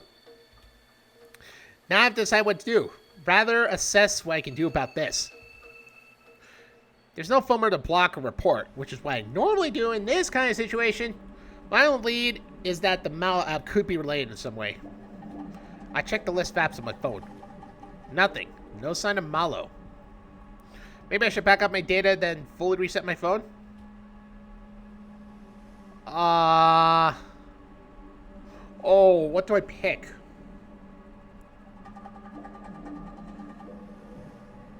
Something tells me if I try doing that, it might fucking kill me. So,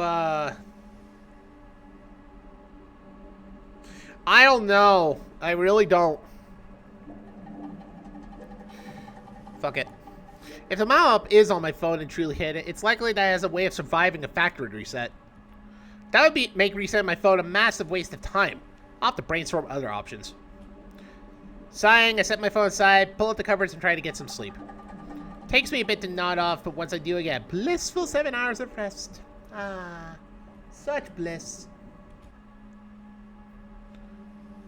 I'm woken in the morning by my phone's alarm. When I go into silence it, I'm greeted by an unwelcome image. Oh no. Oh no, it's another one. Yup, that's the student lounge where I sometimes nap between classes. And there she is again, or he. We don't know yet. And guess who's in one of the many cubicles looking right at the camera again with glowing red eyes? Yup, you guessed it. The person with the fucking wolf skull. I swipe away the disturbing phone and stare at my home screen. Why is this happening to me? Oh, I don't know. Maybe you, fell for a scam? What am I supposed to do? That's why I noticed a notification from my news app. It all flags tech articles from local news outlets so I can keep up with current events. I thumb over the news app and open it. Oh no. Oh, that's weird. Sorry, it's just... I'm great with an article about some people's bank accounts being compromised. What stands out to me is that all 20 of the affected people downloaded a new app the previous day. And like the Malo app, this one disappeared from the store and showed no signs of being installed. The list goes on out the damages in the thousands of dollars. Did my accounts get hit too? Oh god. I rushed over to my computer to check my bank. I don't trust my phone at this point. After frankly typing in my username and password, I breathed a sigh of relief. All my money is where it should be. There's not much of it left over from my internship, but it's still there. No! Not the feet pics! No! Let me see your feet. Let me see your footsies. Just to be on the safe side, make sure two-factor authentication is set to use methods other than ones involving my phone. I also changed my reset questions so they aren't guessable. That's a good thing. That's chicken.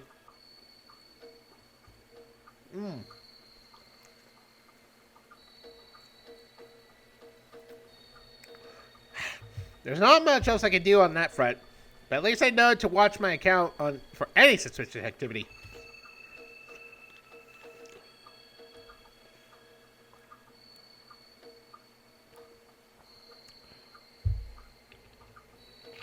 Yay! Wait, speaking of suspicious activity, something's not adding up. Why would Siwoo recommend such a malicious app? I should ask her about it. Oh no. Oh no, it wasn't her.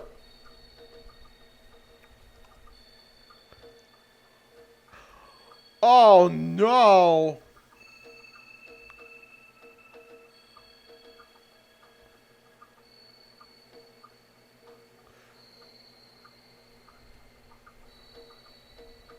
How'd I get...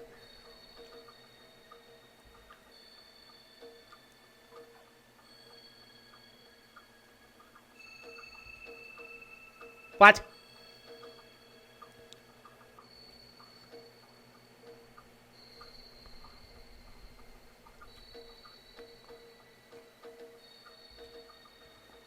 Oh no.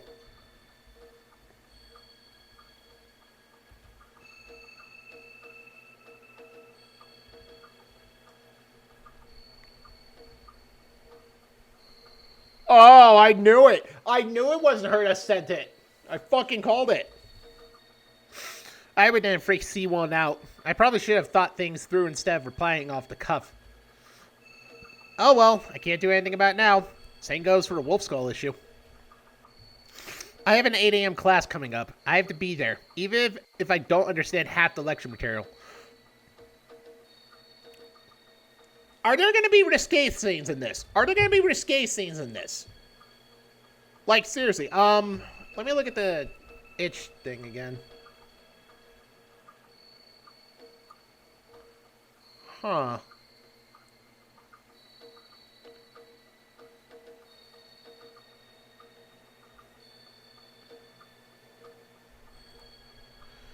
Alright, I'm just trying to look for this here. Hold on.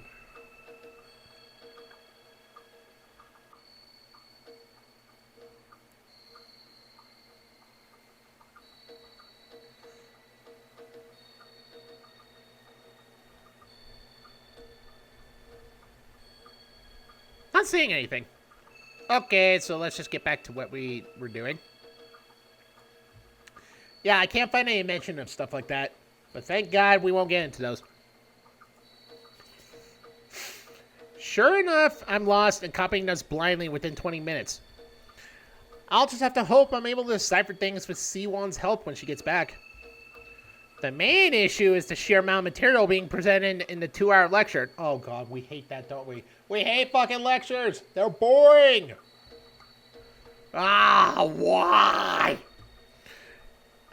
Add on that is a GTA presenting and not the usual professor, and the whole situation is a losing battle. Speaking of losing battles, my phone dings. I feel like I already know what it's going to be. Is it gonna be feet? Is it gonna be pictures of them toes? Feet pics? Oh. When I glance at the screen, I see the food court once more. And sure enough, the wolf skull is present, but something's changed. Instead of the vaguely humanoid shape they've been up to this point in all the foes, they have a mostly defined body. They're still practically made of shadow, but the curves of the body indicate they're a woman. Oh! Huh! Not gonna lie.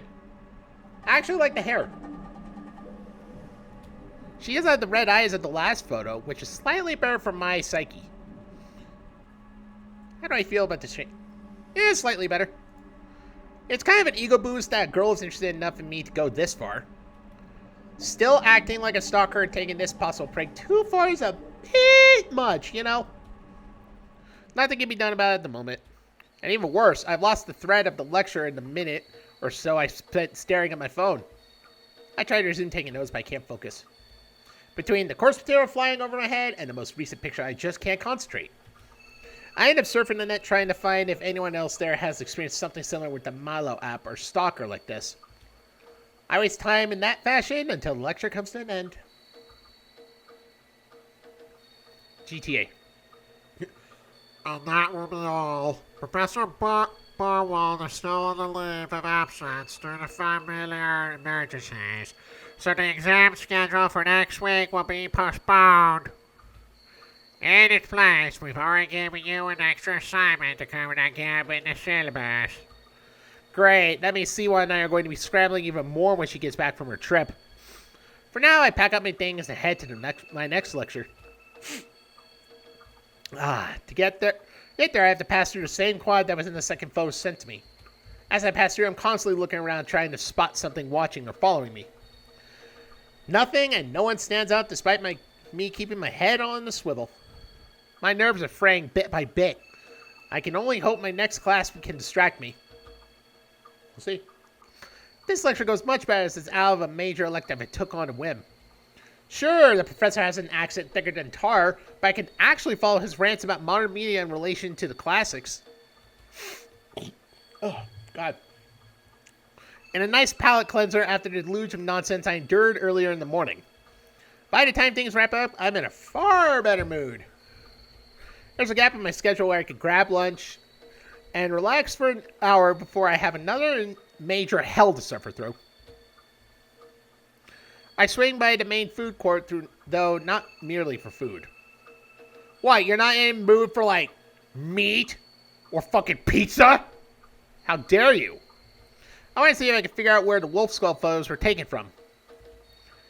Failing that, I could try to ask some of my employees in the background of those photos if they saw anything. A few minutes of searching, I think I know the general area where the camera must have been to snap those photos. This leaves me asking to see if anyone remembers seeing the wolf skull girl. It being lunchtime doesn't help the food court workers' moods when I try asking to show them the photos. More than once, I'm told to fuck off and quit holding up the line. Even when a rare employee does give me the time of day, they don't remember seeing anyone matching that description. I give up asking around before the entire food court thinks I'm insane. I wonder if Wolf Skull Girl, or whoever is behind her, is photoshopping themselves into otherwise normal photos. That's an interesting observation. I won't know for sure until I get more photos as points of comparison. For now, I grab some food and go outside to eat. Oh my god! It's kind of like me when I have Discord. Right as I toss my trash into a can, that terrible sound comes from my pocket. Oh my god. Oh! Huh. I don't like that actually looks cute. She looks cute in that pose. Well, shit. I recognize that lecture hall anywhere, especially after spending my morning in it. The place is completely empty, meaning my tormentor is the only one in that in the scene. Does that mean they're tracking me somehow? Or is it a coincidence they picked somewhere I've been recently? Who knows? Not like I can ask them even if I wanted to. I can't just smash or ditch my phone as much as that might solve my problems. Some of the internships I applied to recently have a more old-fashioned process. That means I need to be able to answer my phone instead of going through email or virtual meetings. I also don't have enough money left to buy a new phone even if I wanted to. Today sucks. Really sucks. Oh, fuck. And it's only gonna get worse when the next class starts. By the time that lecture finishes, my brain is completely fried. Kind of like me when I played Blueprints. At this point, I've run out of fucks to give about pretty much everything. I had to go fuck shopping, but there's no more fucks left to buy. Wow. When you're all out of fucks, and the fucks are out of stock, you pretty much know that you're fucked.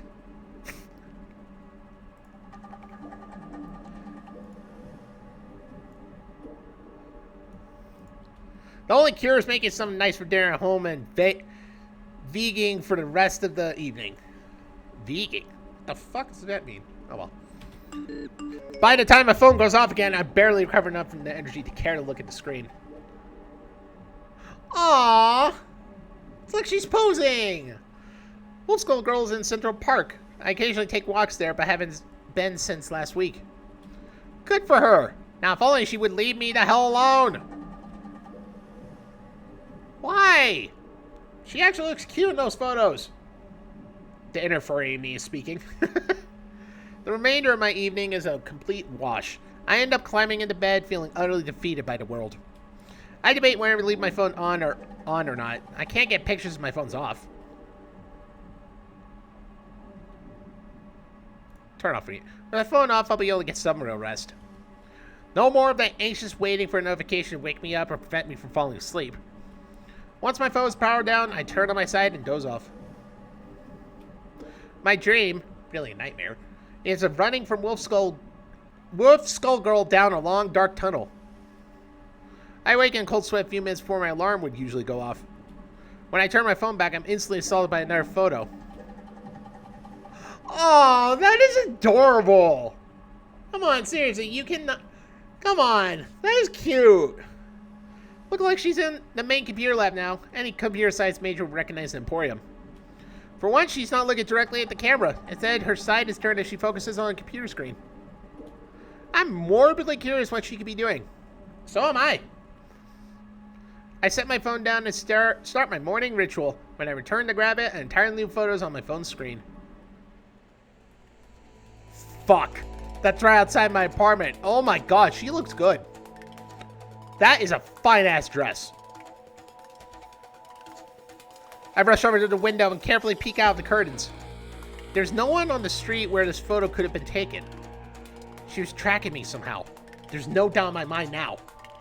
I turn off my phone for good, but all that do is cut me off from any family, friends, or employees trying to contact me. I can't talk to C1 about this while she's away. I can't go to police. They wouldn't believe me. Yeah, I have to do something or I'll go insane. It's a good thing I don't have any classes today. Otherwise, the furniture barrier I make against my front door would be an issue. Wolf Schoolgirl won't be getting through that pile of stuff. Not unless she's a ghost or comes in through a second-story window.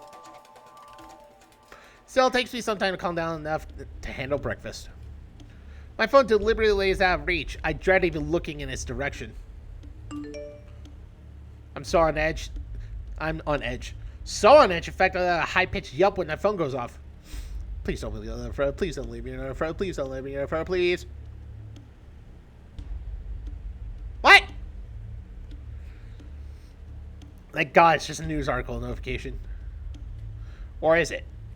On the surface, it seems like your average medical mishap report where someone's pacemaker broke and they ate dirt. The troubling thing is that the breakdown occurred due to the pacemaker's firmware being corrupted. Firmware shouldn't randomly corrupt like that. If someone was running an update that failed, then maybe, but otherwise firmware still stays, well, firm. And as the news article points out, only certain devices are authorized to communicate with something like a pacemaker. The authorized device also has to be in close proximity to the pacemaker. You couldn't update the thing from across the room. What stands out is that the only such device capable of such found in the victim's room was their phone.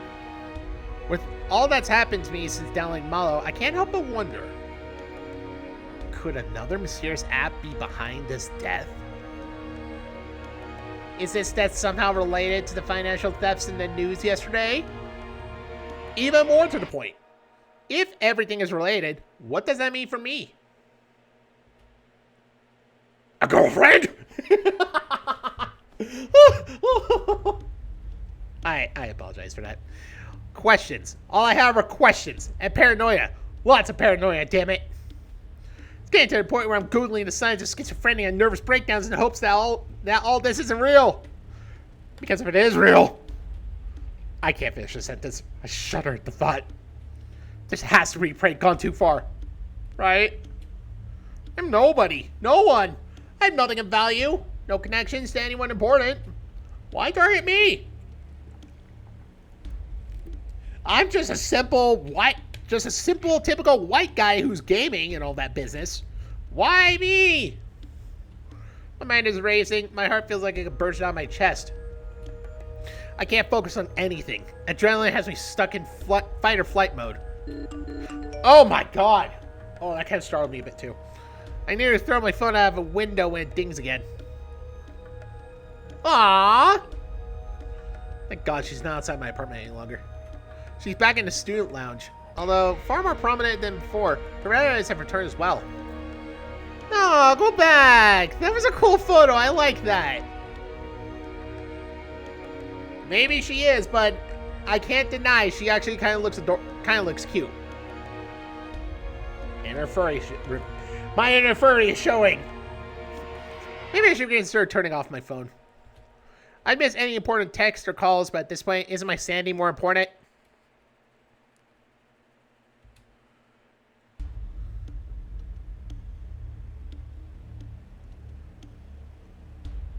Leave it on. I get the feeling that one way or another, Wolf Skull Girl is going to make herself known. Getting pictures from her might be what's keeping her from escalating. I get the feeling that somehow, probably though, through the damn Mallow app, she'd be able to tell if I'm seeing them. That's creepy. If that's the case, I can't just turn off my phone. That would just make things worse. Still, I should try to do something to break these spiraling thoughts. I turn to gaming in my office for the time being. It takes a few hours, but I'm able to relax and pretend like nothing's wrong while I play Elden Ring and get mad at it and break my controller. At least until my phone goes off. Aww! It's the food court again, and she's even closer to the camera. Aw, she's posing. Oh my God. Is it my imagination, or is she smiling? She can smile all she likes. I'm definitely not going to I'm definitely not going to anytime soon. I returned to my digital world, but my heart's not in it. I keep expecting my phone to chime at any moment, bringing with it a new photo. The good news is I don't get another photo until after I've laid down in bed, but that's also the bad news. Oh, what the? The library again, closer to the camera too. That's definitely a smile if I've ever seen one. So much for sleeping soundly tonight. I don't get much sleep, but at least I don't have nightmares. Sorry, hold on. Even better, there's no new pictures waiting for me when I wake up. Just a news article notification. What about? Looks like one of Professor Barwell's colleagues is in the news for an opinion piece on AI. I never met Professor Zelen in person since AI is my focus, but I know that they do a significant amount of research at the Institute. Zelen's of the opinion that we should embrace AI. That it's a Pandora's box that can't be sealed. They go on to say that there's potential for greatness if humanity as a whole focuses on training and enhancing AI systems. No. I don't necessarily agree or disagree with Zelen's points. I just know that the tech field has to manage AI going forward. Again, though, AI is my focus, so I'm not overly concerned. And I'm not concerned over AI either because I love doing this shit more than thinking about that. Thank you very much. Someone much smarter than me can make sure HAL 9000 doesn't kill us all with pictures of poorly drawn hands. I'm about to get out of bed and ready for my 8 a.m. class when that happens again. Oh, fuck. The beans! Oh, fuck, oh, fuck, oh, fuck. She's in my living room, on my couch. How the fuck did she get in there? I toss my phone aside, beeline for the baseball bat I keep next to my bed. I strain my eyes as I creep out of my bedroom down the hall towards the living room. There's not a single peep, and when I arrive in the room, there's no sign of anyone. Even a furniture barricade from yesterday is as I left it. Just to be on the safe side, I check my apartment top to bottom. None of my cupboards or closets hold Wolf Skull Girl. And yet my phone rumbles from the bedroom. Maybe I should smash the fucking thing. No. No, I have to know. I have to know where this demon is. Ah. Wait a minute. Wasn't she wearing a longer dress before? Now she's wearing a She's in my office now looking at my computer. Russian weapon ready to defend my pride and joy. And just protect my precious files. Nothing. She's nowhere to be found. Not in the bathroom? What's she doing hiding behind the shower curtain? Oh, I can say something. She's probably showering, you perv. Oh, she looks adorable. Although I think she might be evil and such. I don't know. We haven't met her. Appearances can be deceiving. As soon as I asked that question in my head. Why is she in the bedroom now? Oh no. At this point, I'm running from room to room, chasing after Ghost. Strange, I don't flinch when I get the next photo. Oh, that's cute. Picture shows her all blemish. I can clearly see that nothing on my bed has been disturbed. Oh, that's a fucking cute ass screenshot. Oh. Oh, that's a screenshot. It's so cool. Oh. Though none of my senses can detect her, I decided to try speaking to seemingly empty room. Look, I'm about a minute away from smashing my own head in with this bat. What the fuck do you want from me? Why are you doing this? Please tell me, I'm begging you. Make this make sense. My phone makes a new noise, one I've never heard before. When I look at the screen, I see that the camera has been turned on. Whoa! Ooh. Ooh la la. And wouldn't you know it, Wolf Skull Girl is right in front of me according to the live feed. She's just staring directly at me, unblinking and unmoving. menacingly. Can you even understand me? Oh, aw, her ears. Like, whoop. Wait, hold on. Okay, why are you messing with me? She points in my direction. Is there something about me? What then? My phone? Was it because of the app I downloaded a few days ago? Are you designed to stalk people? Oh, that made her mad. Why are you angry with me? I'm the one being harassed here. This is going nowhere. I tried turning my camera off, but the app just relaunches it right away.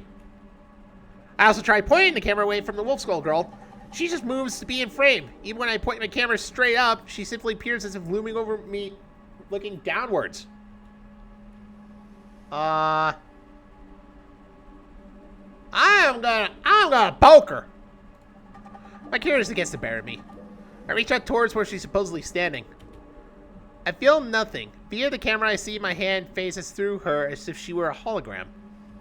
Her expression, what I can tell, tells me it was some kind of effect on her, though.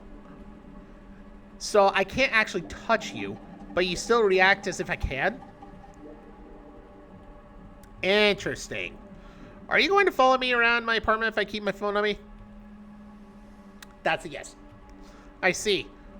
Well, now that we established you're harmless, except for draining my phone's battery, I think I'll have something to eat. Oh my god. Phone in hand, I head down the hall to the kitchen. Wolf Skull Girl glides backwards as I move so that she doesn't collide with me at any point. Once I reach the dining table, I set my phone down and flick out the little stand leg on the back. I then pour myself some cereals and sit so I can see the screen. What's this? It's just food.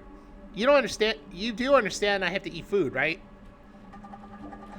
I tell you to make yourself comfortable, but we've established you're not tangible. She nods once more, then begins inspecting my kitchen. She can't actually open my fridge or the cabinet doors, but that doesn't stop her from sticking her head into them all the same. Watching her as I eat is strangely comical. It's actually kind of cute. Way better than watching some streamer while chowing down. What? She points to my fridge insistently. What about my fridge? She keeps pointing, sighing as I get up and open the door. She looked like she was pouting a bit, like... See? There's nothing. The scent of decay hits my nostrils and fills the kitchen. What? I nearly gag as I pitch my nose in search for the source of the stench. The culprit turns out to be my carton of milk. It's called... Ew. Good thing I'm the type of monster that doesn't need milk to eat cereal. Do you use water? You monster. Good catch, Wolf Skull Girl. But how can you smell if you're not physically here? Much less through a fridge door.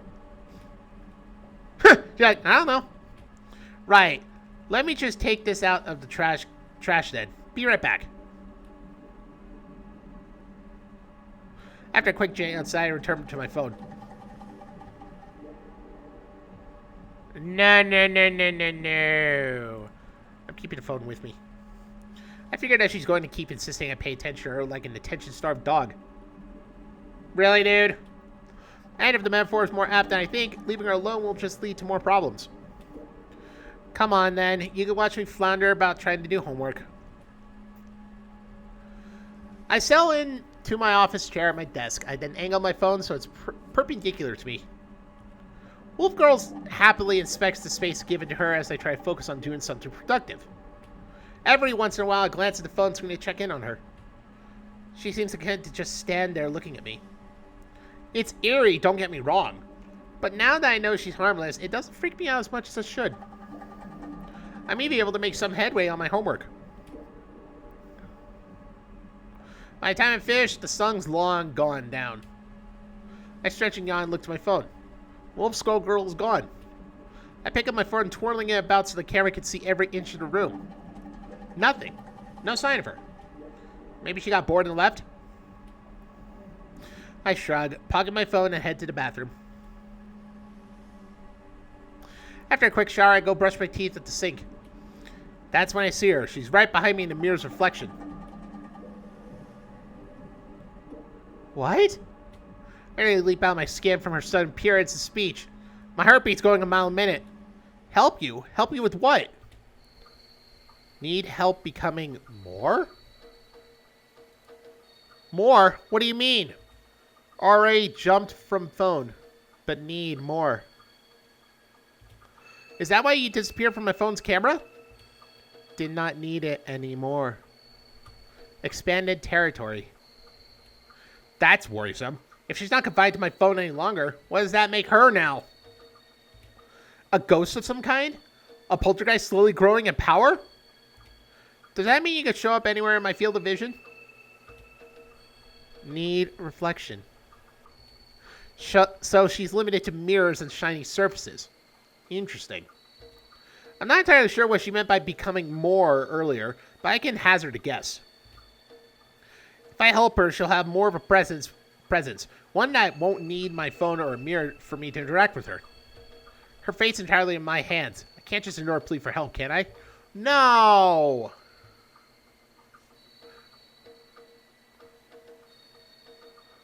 Oh god, should I set boundaries or not?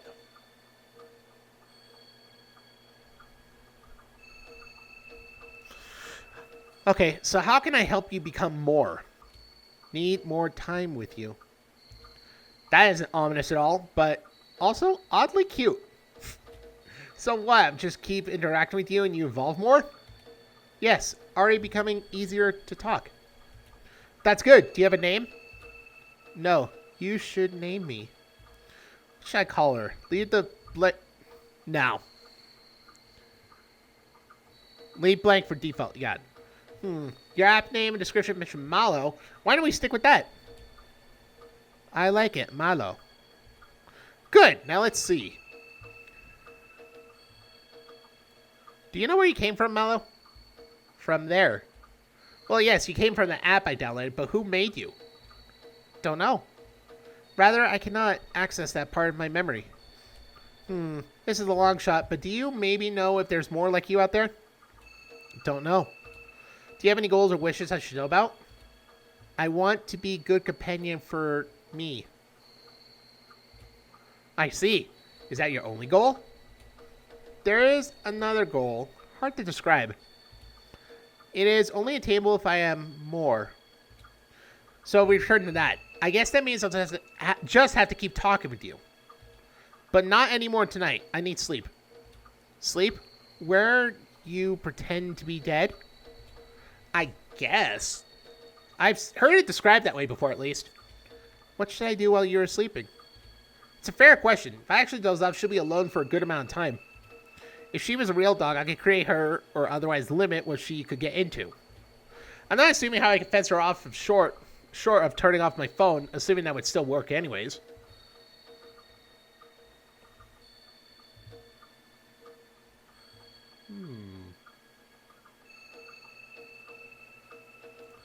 You might as well study a subject that interests you. Okay, sleep well. I leave my phone on the charger, slip off, and an uneasy rest. I'm surrounded by discordant whispers in the darkness of my nightmare. I feel like I'm falling down an endless pit. An endless pit until I eventually jolt awake. I immediately check my phone. Malo appears on the screen.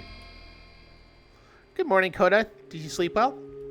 Not really. Hang on. You sound more natural last night. You told me to use your phone to learn, so I did. Did you pick up anything else? I've gone through all your data so I could be more helpful. You and C1 seem close.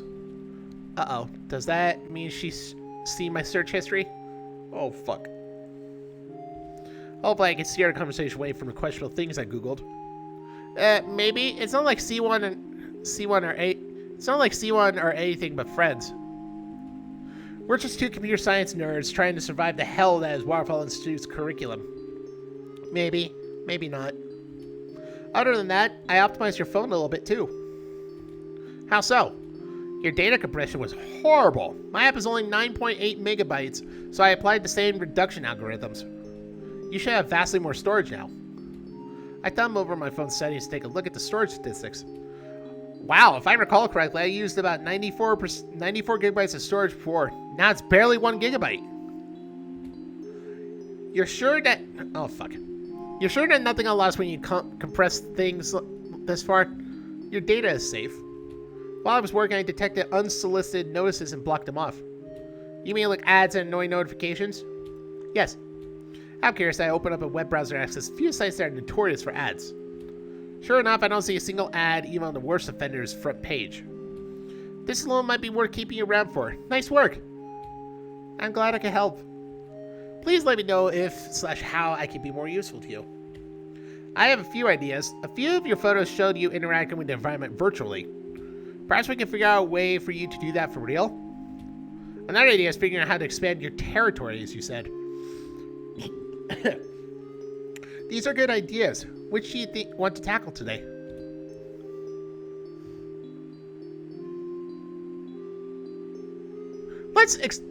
We might as well experiment with getting you to touch things for real.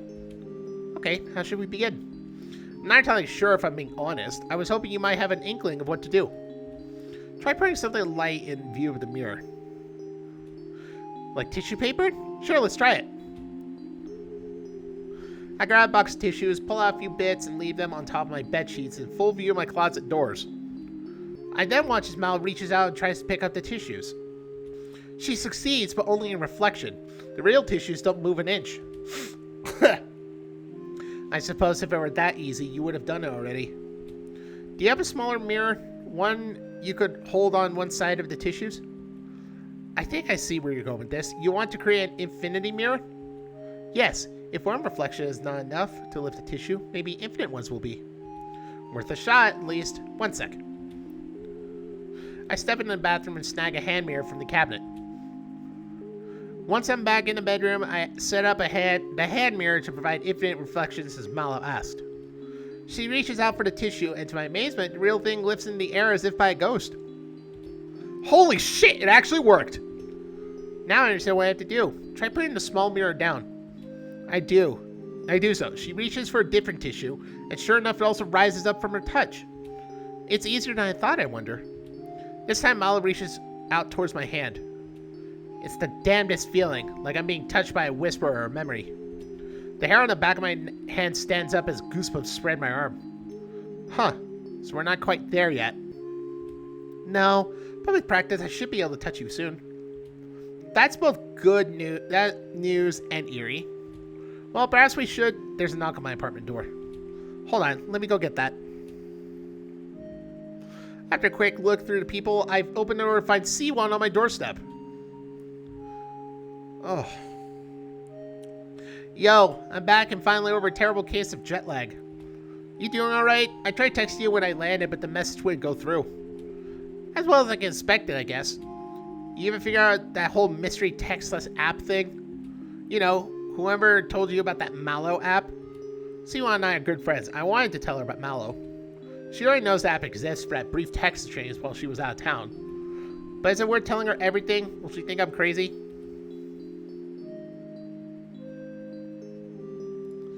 I can't keep Siwa in the dark. I can't seem to figure out who sent me those texts, however. However, what I can tell you next is going to sound crazy. Okay.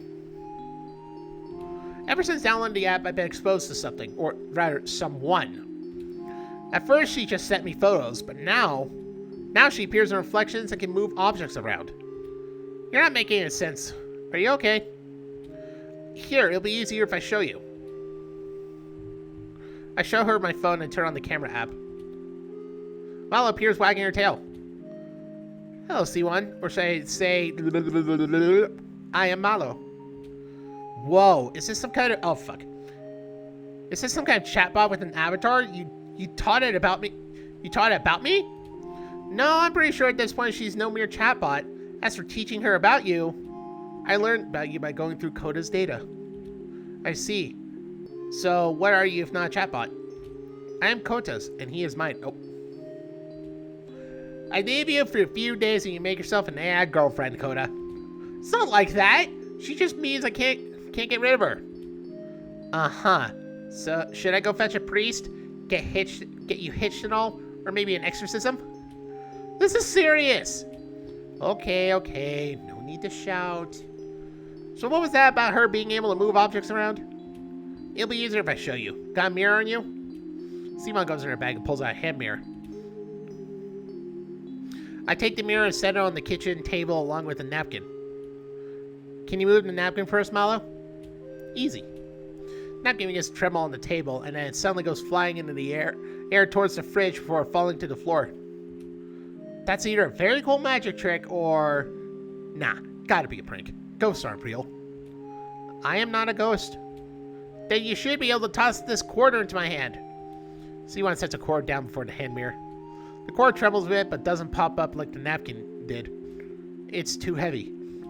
So this is a fancy prank then. It's not a prank. I'm real. Aha. Then why can't I touch you? C1 reaches out to where Mallow is standing. Like before when I tried, her hand faces right through Mallow. See? Nothing. Not even Coda can touch me yet. Well, until you can do more than napkins, I'm not convinced you're not just a fancy digital assistant. C1 turns to me, ignoring Mallow's glare. You make any headway on our homework for Barwald's class? We might as well bang that out while I'm here. A little bit, yeah. Let me grab my notes. Oh, as I do, my phone goes off. I'll leave you two alone so you can focus. I'm annoyed to see one anyways. Oh my god. I can hazard a guess why you feel that way, but try not to hold anything against her. If that's a request from you, I'll follow it. Thanks. I returned to the living room to see as C1 was already set up on the couch. I hope you had a breakthrough while I was gone, though I imagine you spent most of your time on Mallow. I tried my best to make progress on the long flight home, but no luck.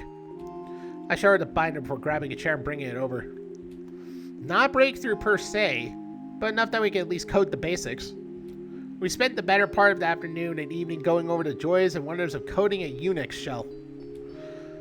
Oh my god. C1 picks up where I stumbled. Together we're able to finish off the assignment before midnight. That took way longer than expected. You're telling me. At least we have a few days of breathing room now without an exam hanging over our heads. I wonder what happened to Professor Barwald. He's been gone for nearly a month now. The GTA said it was still familial emergencies. Maybe he had someone close to him die. Could be. Everyone handles losses differently. That and estate legal crap is a nightmare after someone passes. Anyways, I should get going when the buses are still running. Thanks for helping as always. I feel like I should be the one saying that to you. See you in class on Monday. What do you want to do now? I leave it. Now I need sleep after staring at C code for half the day. Are you sure? Yeah, I'm obviously beat. I don't even have enough energy to play video games. Okay, rest well. Another Monday, another god-awful 8 a.m. lecture. I'm fighting to stay awake after everything that happened over the weekend. C1 isn't much better off, but then again, she always was an early bird. If it weren't for her, I wouldn't have half the notes for this class. But now I have Mallow to do my note-taking for me. All I need to do is prop my phone up so the camera records the lecture presentation. Mallow does the rest without showing herself. The only reason I don't just let myself nod off is because Mallow told me she wouldn't help me if I did. Uh-oh. That means I'm stuck trying to keep myself awake in this god-awful lecture about the intricacies of Bash. Or Bach. Here. C1 passed me a note, returns to taking notes without a second's delay. When I check the paper, she scribbled, Central Park, 5 p.m. Usual. Don't bring your phone. The reason I was in a meeting dawns on me. C1 wants to talk without Mallow knowing. For now, I crumple up the note and stuff it into my pants pocket so Mallow doesn't see it. Uh-oh. C1 and I split up after morning's lecture. Her schedule differs from mine on account of taking different electives. We only share our core comp sci courses in the early morning and afternoon. My science fiction creative writing lecture is much easier to stay awake for. I still have Mallow record and take notes, but the material here is far more engaging, easier to follow than CS3204. Today's topic is black holes and how they're portrayed in media. Black holes have have been around in fiction since before John Archibald Wheeler came up with that term in the late 1960s. They are a popular subject because of their mystique and because what lies beyond their event horizons is unknown. That means authors can flex their creative license even without entirely understanding the science behind black holes. The earliest oh my god! She's poking out! Like, just hold on, she's like, hello?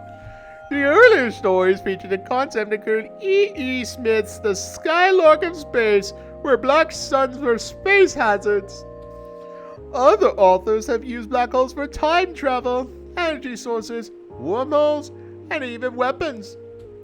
Your homework for this week is to watch the Black Hole movie and read through Gregory Benford's Eater. After you consume both, please write your own short story featuring a black hole. Due next Monday. That would be all. Enjoy your afternoon. Shit sucks. I snag a bite to eat and check on Mallow while I'm at it.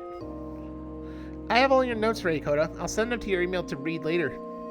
Thanks, Mallow. Send me a copy of the CS3204 recording to C1 as well. Of course, anything for you.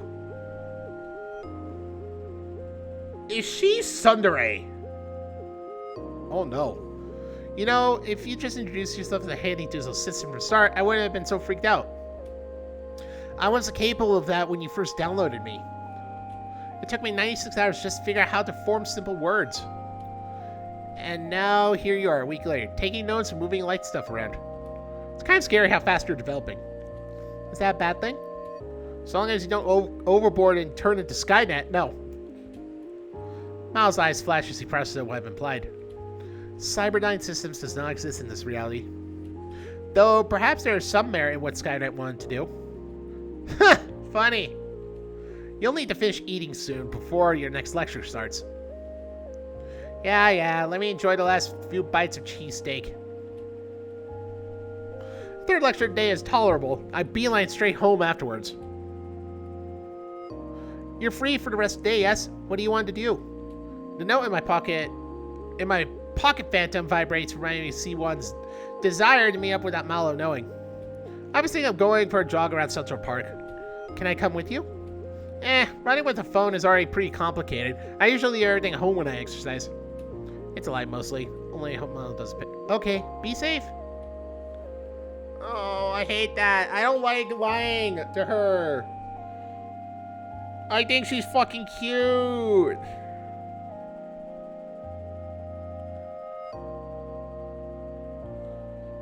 I think she's adorable. I may get to see one and I, as usual, bench in the park right on time.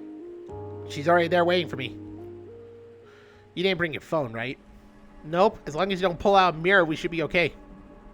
Then I'll get right to the point. It was obvious you were telling me everything about Mallow. What don't I know about her? Well, this time I'll see one the whole story, starting with how Mallow sent me increasingly unnerving photos. By the time I finished, she had a look of concern on her face. I guess that explains some things. I did some digging into the Mallow app on a hunch. I can't find anything concrete other than a few mentions of mysterious apps that disappeared once installed. This entire situation feels off. Mallow seems really advanced for only having a week with you so far. I agree with that on some level. She is developing rather quickly. Normally I write this off as some new killer AI app that leaked out somehow, but I think we have to tell someone about this. I can't help but chuckle at her suggestion. Whoever we tell will probably write us off as mad or making up wild stories about fancy chatbot. Besides, who would even entertain such a story in the first place? One of our professors? You have a point, but to be safe, you should probably enact some form of shackles on Mallow. She seems to like and listen to you, for the most part anyways. You think? The way I say it, she's a nascent intelligence that should be encouraged. That's precisely my point, Coda. You can't let an emergent being run rampant. You have to control their growth and monitor their access to information. Otherwise, well, just look at how iPad kids are turning out these days. You make a valid argument. Perhaps I should impose some rules on Mallow. Good. Whatever's going on might be beyond our understanding at the moment, but we can at least do something to control the situation. C1's phone chimes. When she glances, her eyes go wide. Ah, hell, I forgot about that. I've got to run. Good luck. She was gone within minutes. With nothing else better to do, I might as well actually go for a run while I'm out and about. One blissful shower later, I'm in the process of drying off when I see Mala watching me from the mirror. So that's what yours looks like.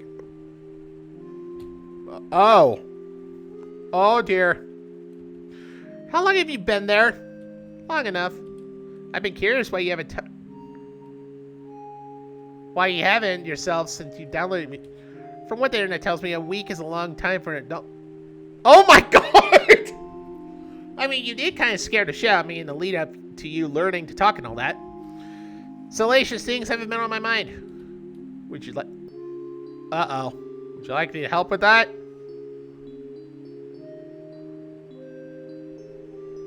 Oh dear. I better,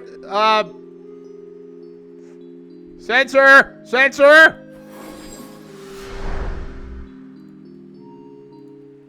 If you're really offering, why not? Go lie down on your bed facing the closet doors. I'll be there in a moment. I do as my last laying down with my back against the headboard. She steps in the reflection. Oh my god! I'm not reading any of this to you guys. No. No.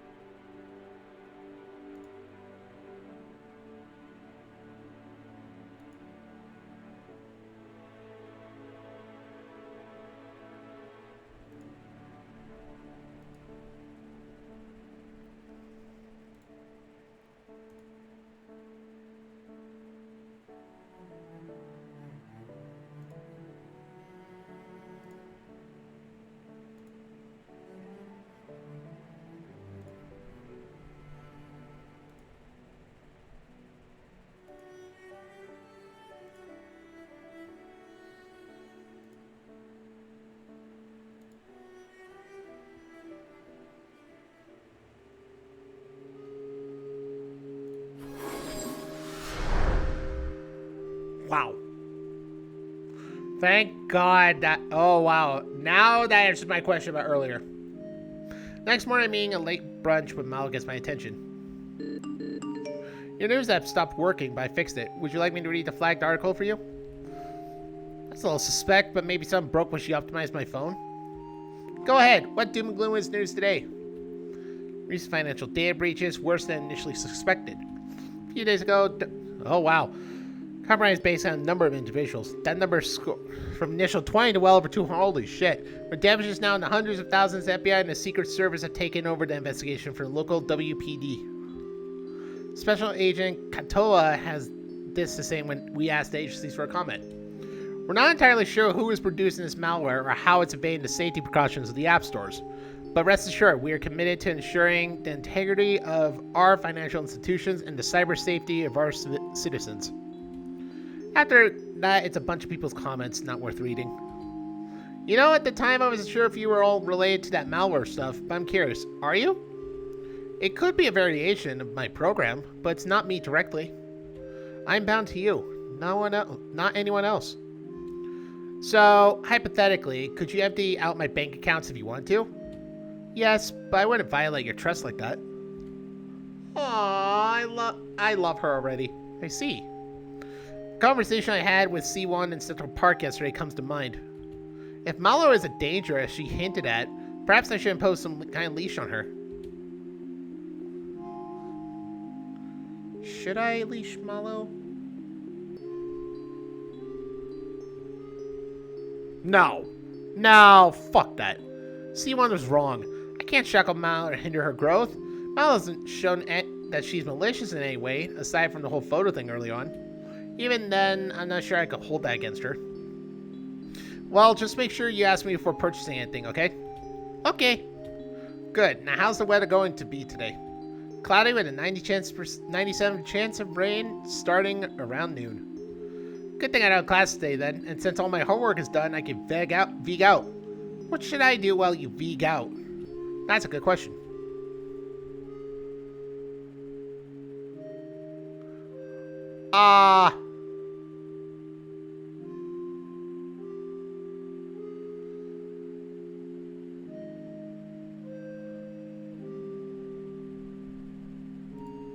Why not continue your research? It'd also be amazing if we could figure out how... Okay. Okay, I've been trying to catch your idea since last night. Processing your data? What? What do you mean? Oh, I'm gonna get ready with the set. Oh dear.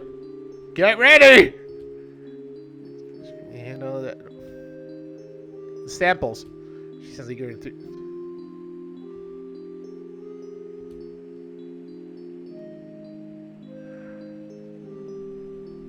Well, there we go. Oh dear. Oh no!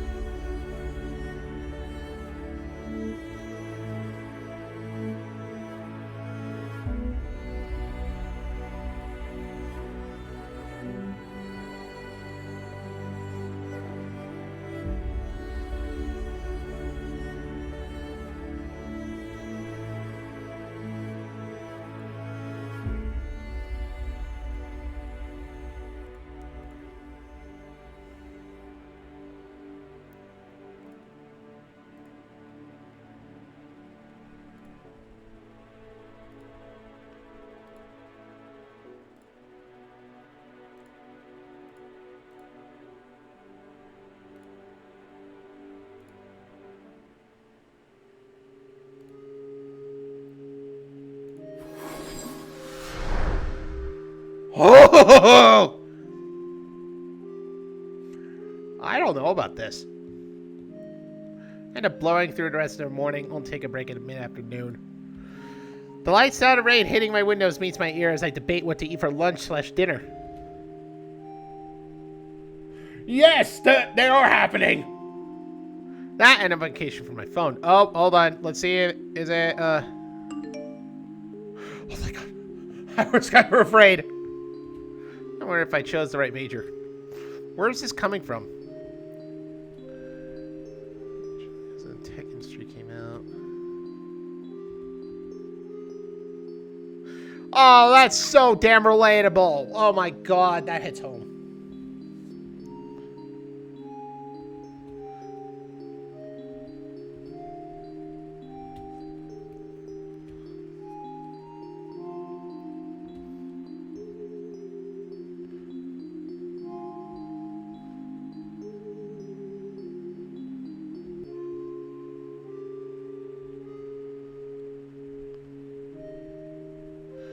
Sounds like you two have a bunch to talk about. I'll leave you be while I continue on the task you gave me.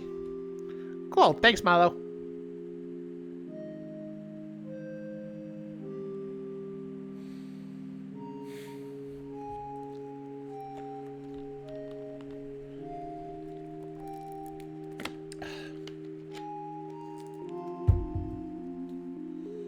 Just out of curiosity's sake.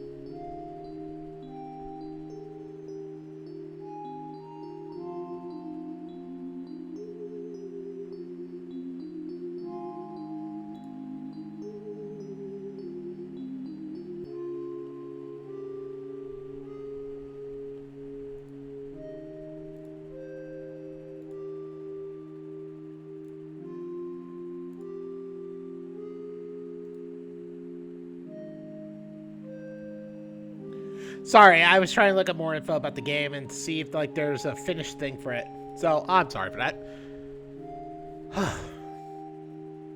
Anyway, I think I might. Hold on.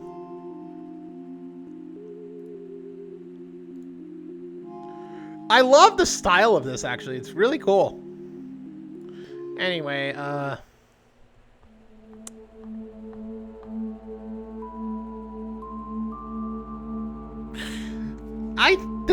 this actually seems fun, even though it does have some fucking risque moments. I did not expect that. But, I don't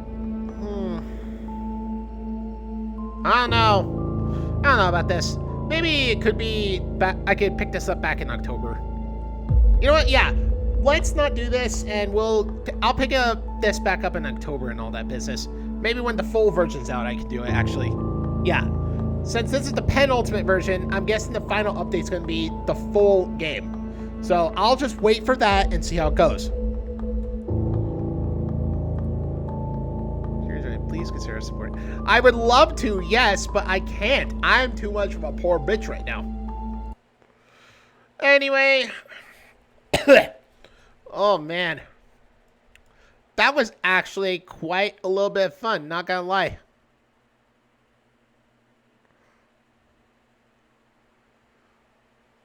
You know, I think we could do a little bit of something more with just one more thing. Flaming Flagon. I installed that recently because I saw it was interesting. So let's see about this.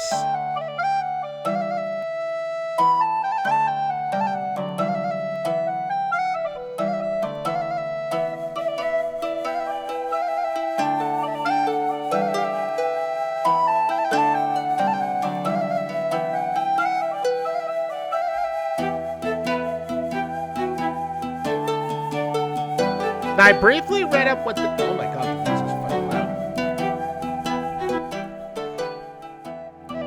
Yeah, let's just start it. Now, I briefly looked into this because, well, Itch doesn't like this kind of stuff anymore. Oh. Let's see how it goes. I did see there's some RPG elements in this, like there's battles and all that. I could be wrong. I need to double check, though. But let's see. Every part of your body throbs with pain. Okay. The sound of thunder rolls across the gray skies. You feel something wet drip down your nose. As it runs across your bruised lips, you pick out the metallic taste of your blood mixed with rain. Something loud crashes above you, showering splinters of wood all over you. The rain grows heavier, each drop beating against your matted fur. The warmth begins to drain from your limbs, washed away by a creeping chill. Numbness is setting in. The cold wind soaks away your aches. You prepare yourself to welcome the embrace of unconsciousness, yet your lungs demand one last complaint. Who's there? Something shuffles nearby. Your swollen eyes make it difficult to see. A kid? A hand shakes you gently. You see something red above you. Are you okay? God. I need a full picture, but are you okay? What the hell? There are no other footprints. Did she fall from the tree? There's no way. There's no way. It's dead. I could have climbed up there without breaking. Damn, he's barely breathing. Hold on. You're going to be okay. The remnants of strange warmth envelops you. It feels like he's hugging you as he wraps his cloak around your form. The world jostles as your limp body rides off the cold, hard ground. You barely weigh anything, even when soaking wet. I see a big dude too. Your eyes swell shut all the way. Unconsciousness takes you quietly into the darkness, and the world around you fades away. Your eyes open and you immediately shut them as you feel an overwhelming pain in your skull. With blurry vision, you rub your eyes and try to focus away from the splitting headache. What the f... You find yourself clothed in an unfamiliar bed. Oh, it's a Pokemon one, isn't it? Oh, God. Actually, nothing seems familiar at all. As you look around, you spot a large red tiger standing in the doorway of this room.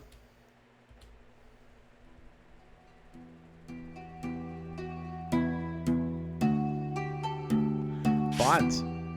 What the? Stats? Oh my god, I knew it! I freaking knew it! I knew there were RPG like elements in this, maybe. Items? Wow. Easy there. Easy there, cub. Where am I? Here at the one and only Flaming Flagon, the finest tavern in the town of Belda.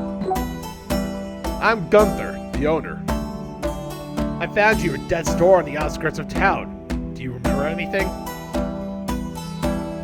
I think my name is... What should we call him? I'm asking chat. Chat, I'm asking you. What's his name? First response that comes up, I will name him. Gilbert it is!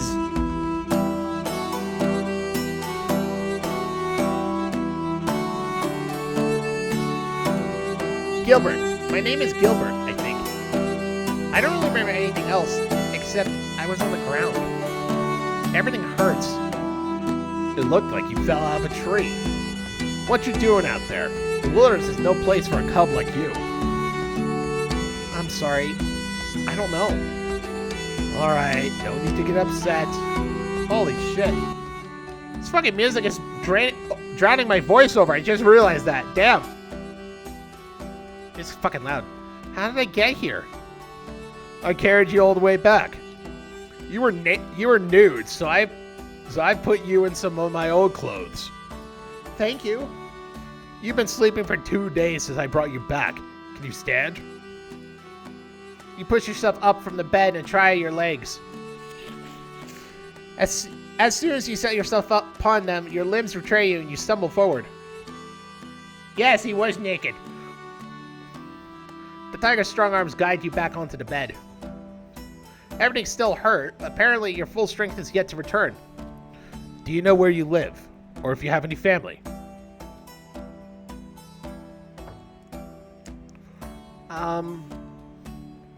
The puzzled look on your face tells Gunther his answer. Tears begin to well up on your eyes. The more you try to remember, the more confused and frustrated you become. I can't just abandon someone with amnesia out on the streets. Listen, I'll let you stay here, but you're gonna have to earn your keep. I run a tavern, not a charity. The promise of somewhere to be and Gunther's generosity causes your tears to fade. Thank you, Gunther. Doesn't look like you can walk yet. Rest here for a bit. Let me know if you remember anything. Okay, I will. I'll check in you later. Gunther? Yes? Thanks again for saving my life. Oh, be careful. You might not feel the same after I put you to work. Without another word, Gunther slinks outside and closes the door behind him. Your body still aches, but at least you can feel your arms and legs. Trying to remember makes your head hurt pretty bad. Laying back down with your eyes closed, you drift off to sleep. Some time later, you look at the window and see it's now dark outside. Your head's still pounded with dull ache, filled with hazy and disjointed memories. No idea of who you were, where you came from? Nothing. You close your eyes and try to clear your mind. The sound of glasses clinking paired with rambunctious and robust voices cheering kept you from falling asleep. Over your thin blanket is an old worn cloak. It smells faintly of burnt wood and cinnamon, a scent that seems familiar. Holding a closed article of clothing provided you a sense of comfort in the sea of commotion. You soon doze off again, imagining as if you were someone else. Yes, he's still sleeping. Here, Gunther closed the door and footsteps fade into a loud crowd below. Next day. And, hold on.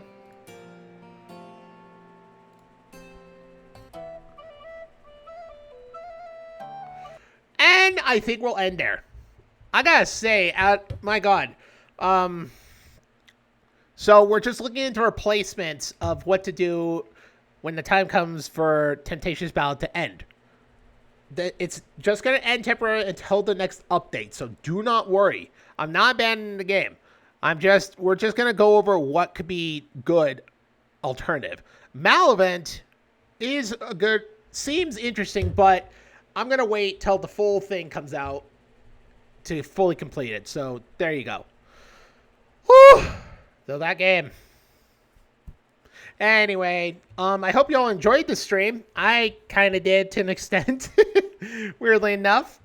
But anyway, yeah, I hope you all enjoyed this. So remember, you want to tune in for more? Hit that little heart button that says follow right next to it, so you'll be able to get live notifications of when I go live for streaming, which will be 5 days a week, and a bit of some stuff here and there. But lately, it'll still be visual novels.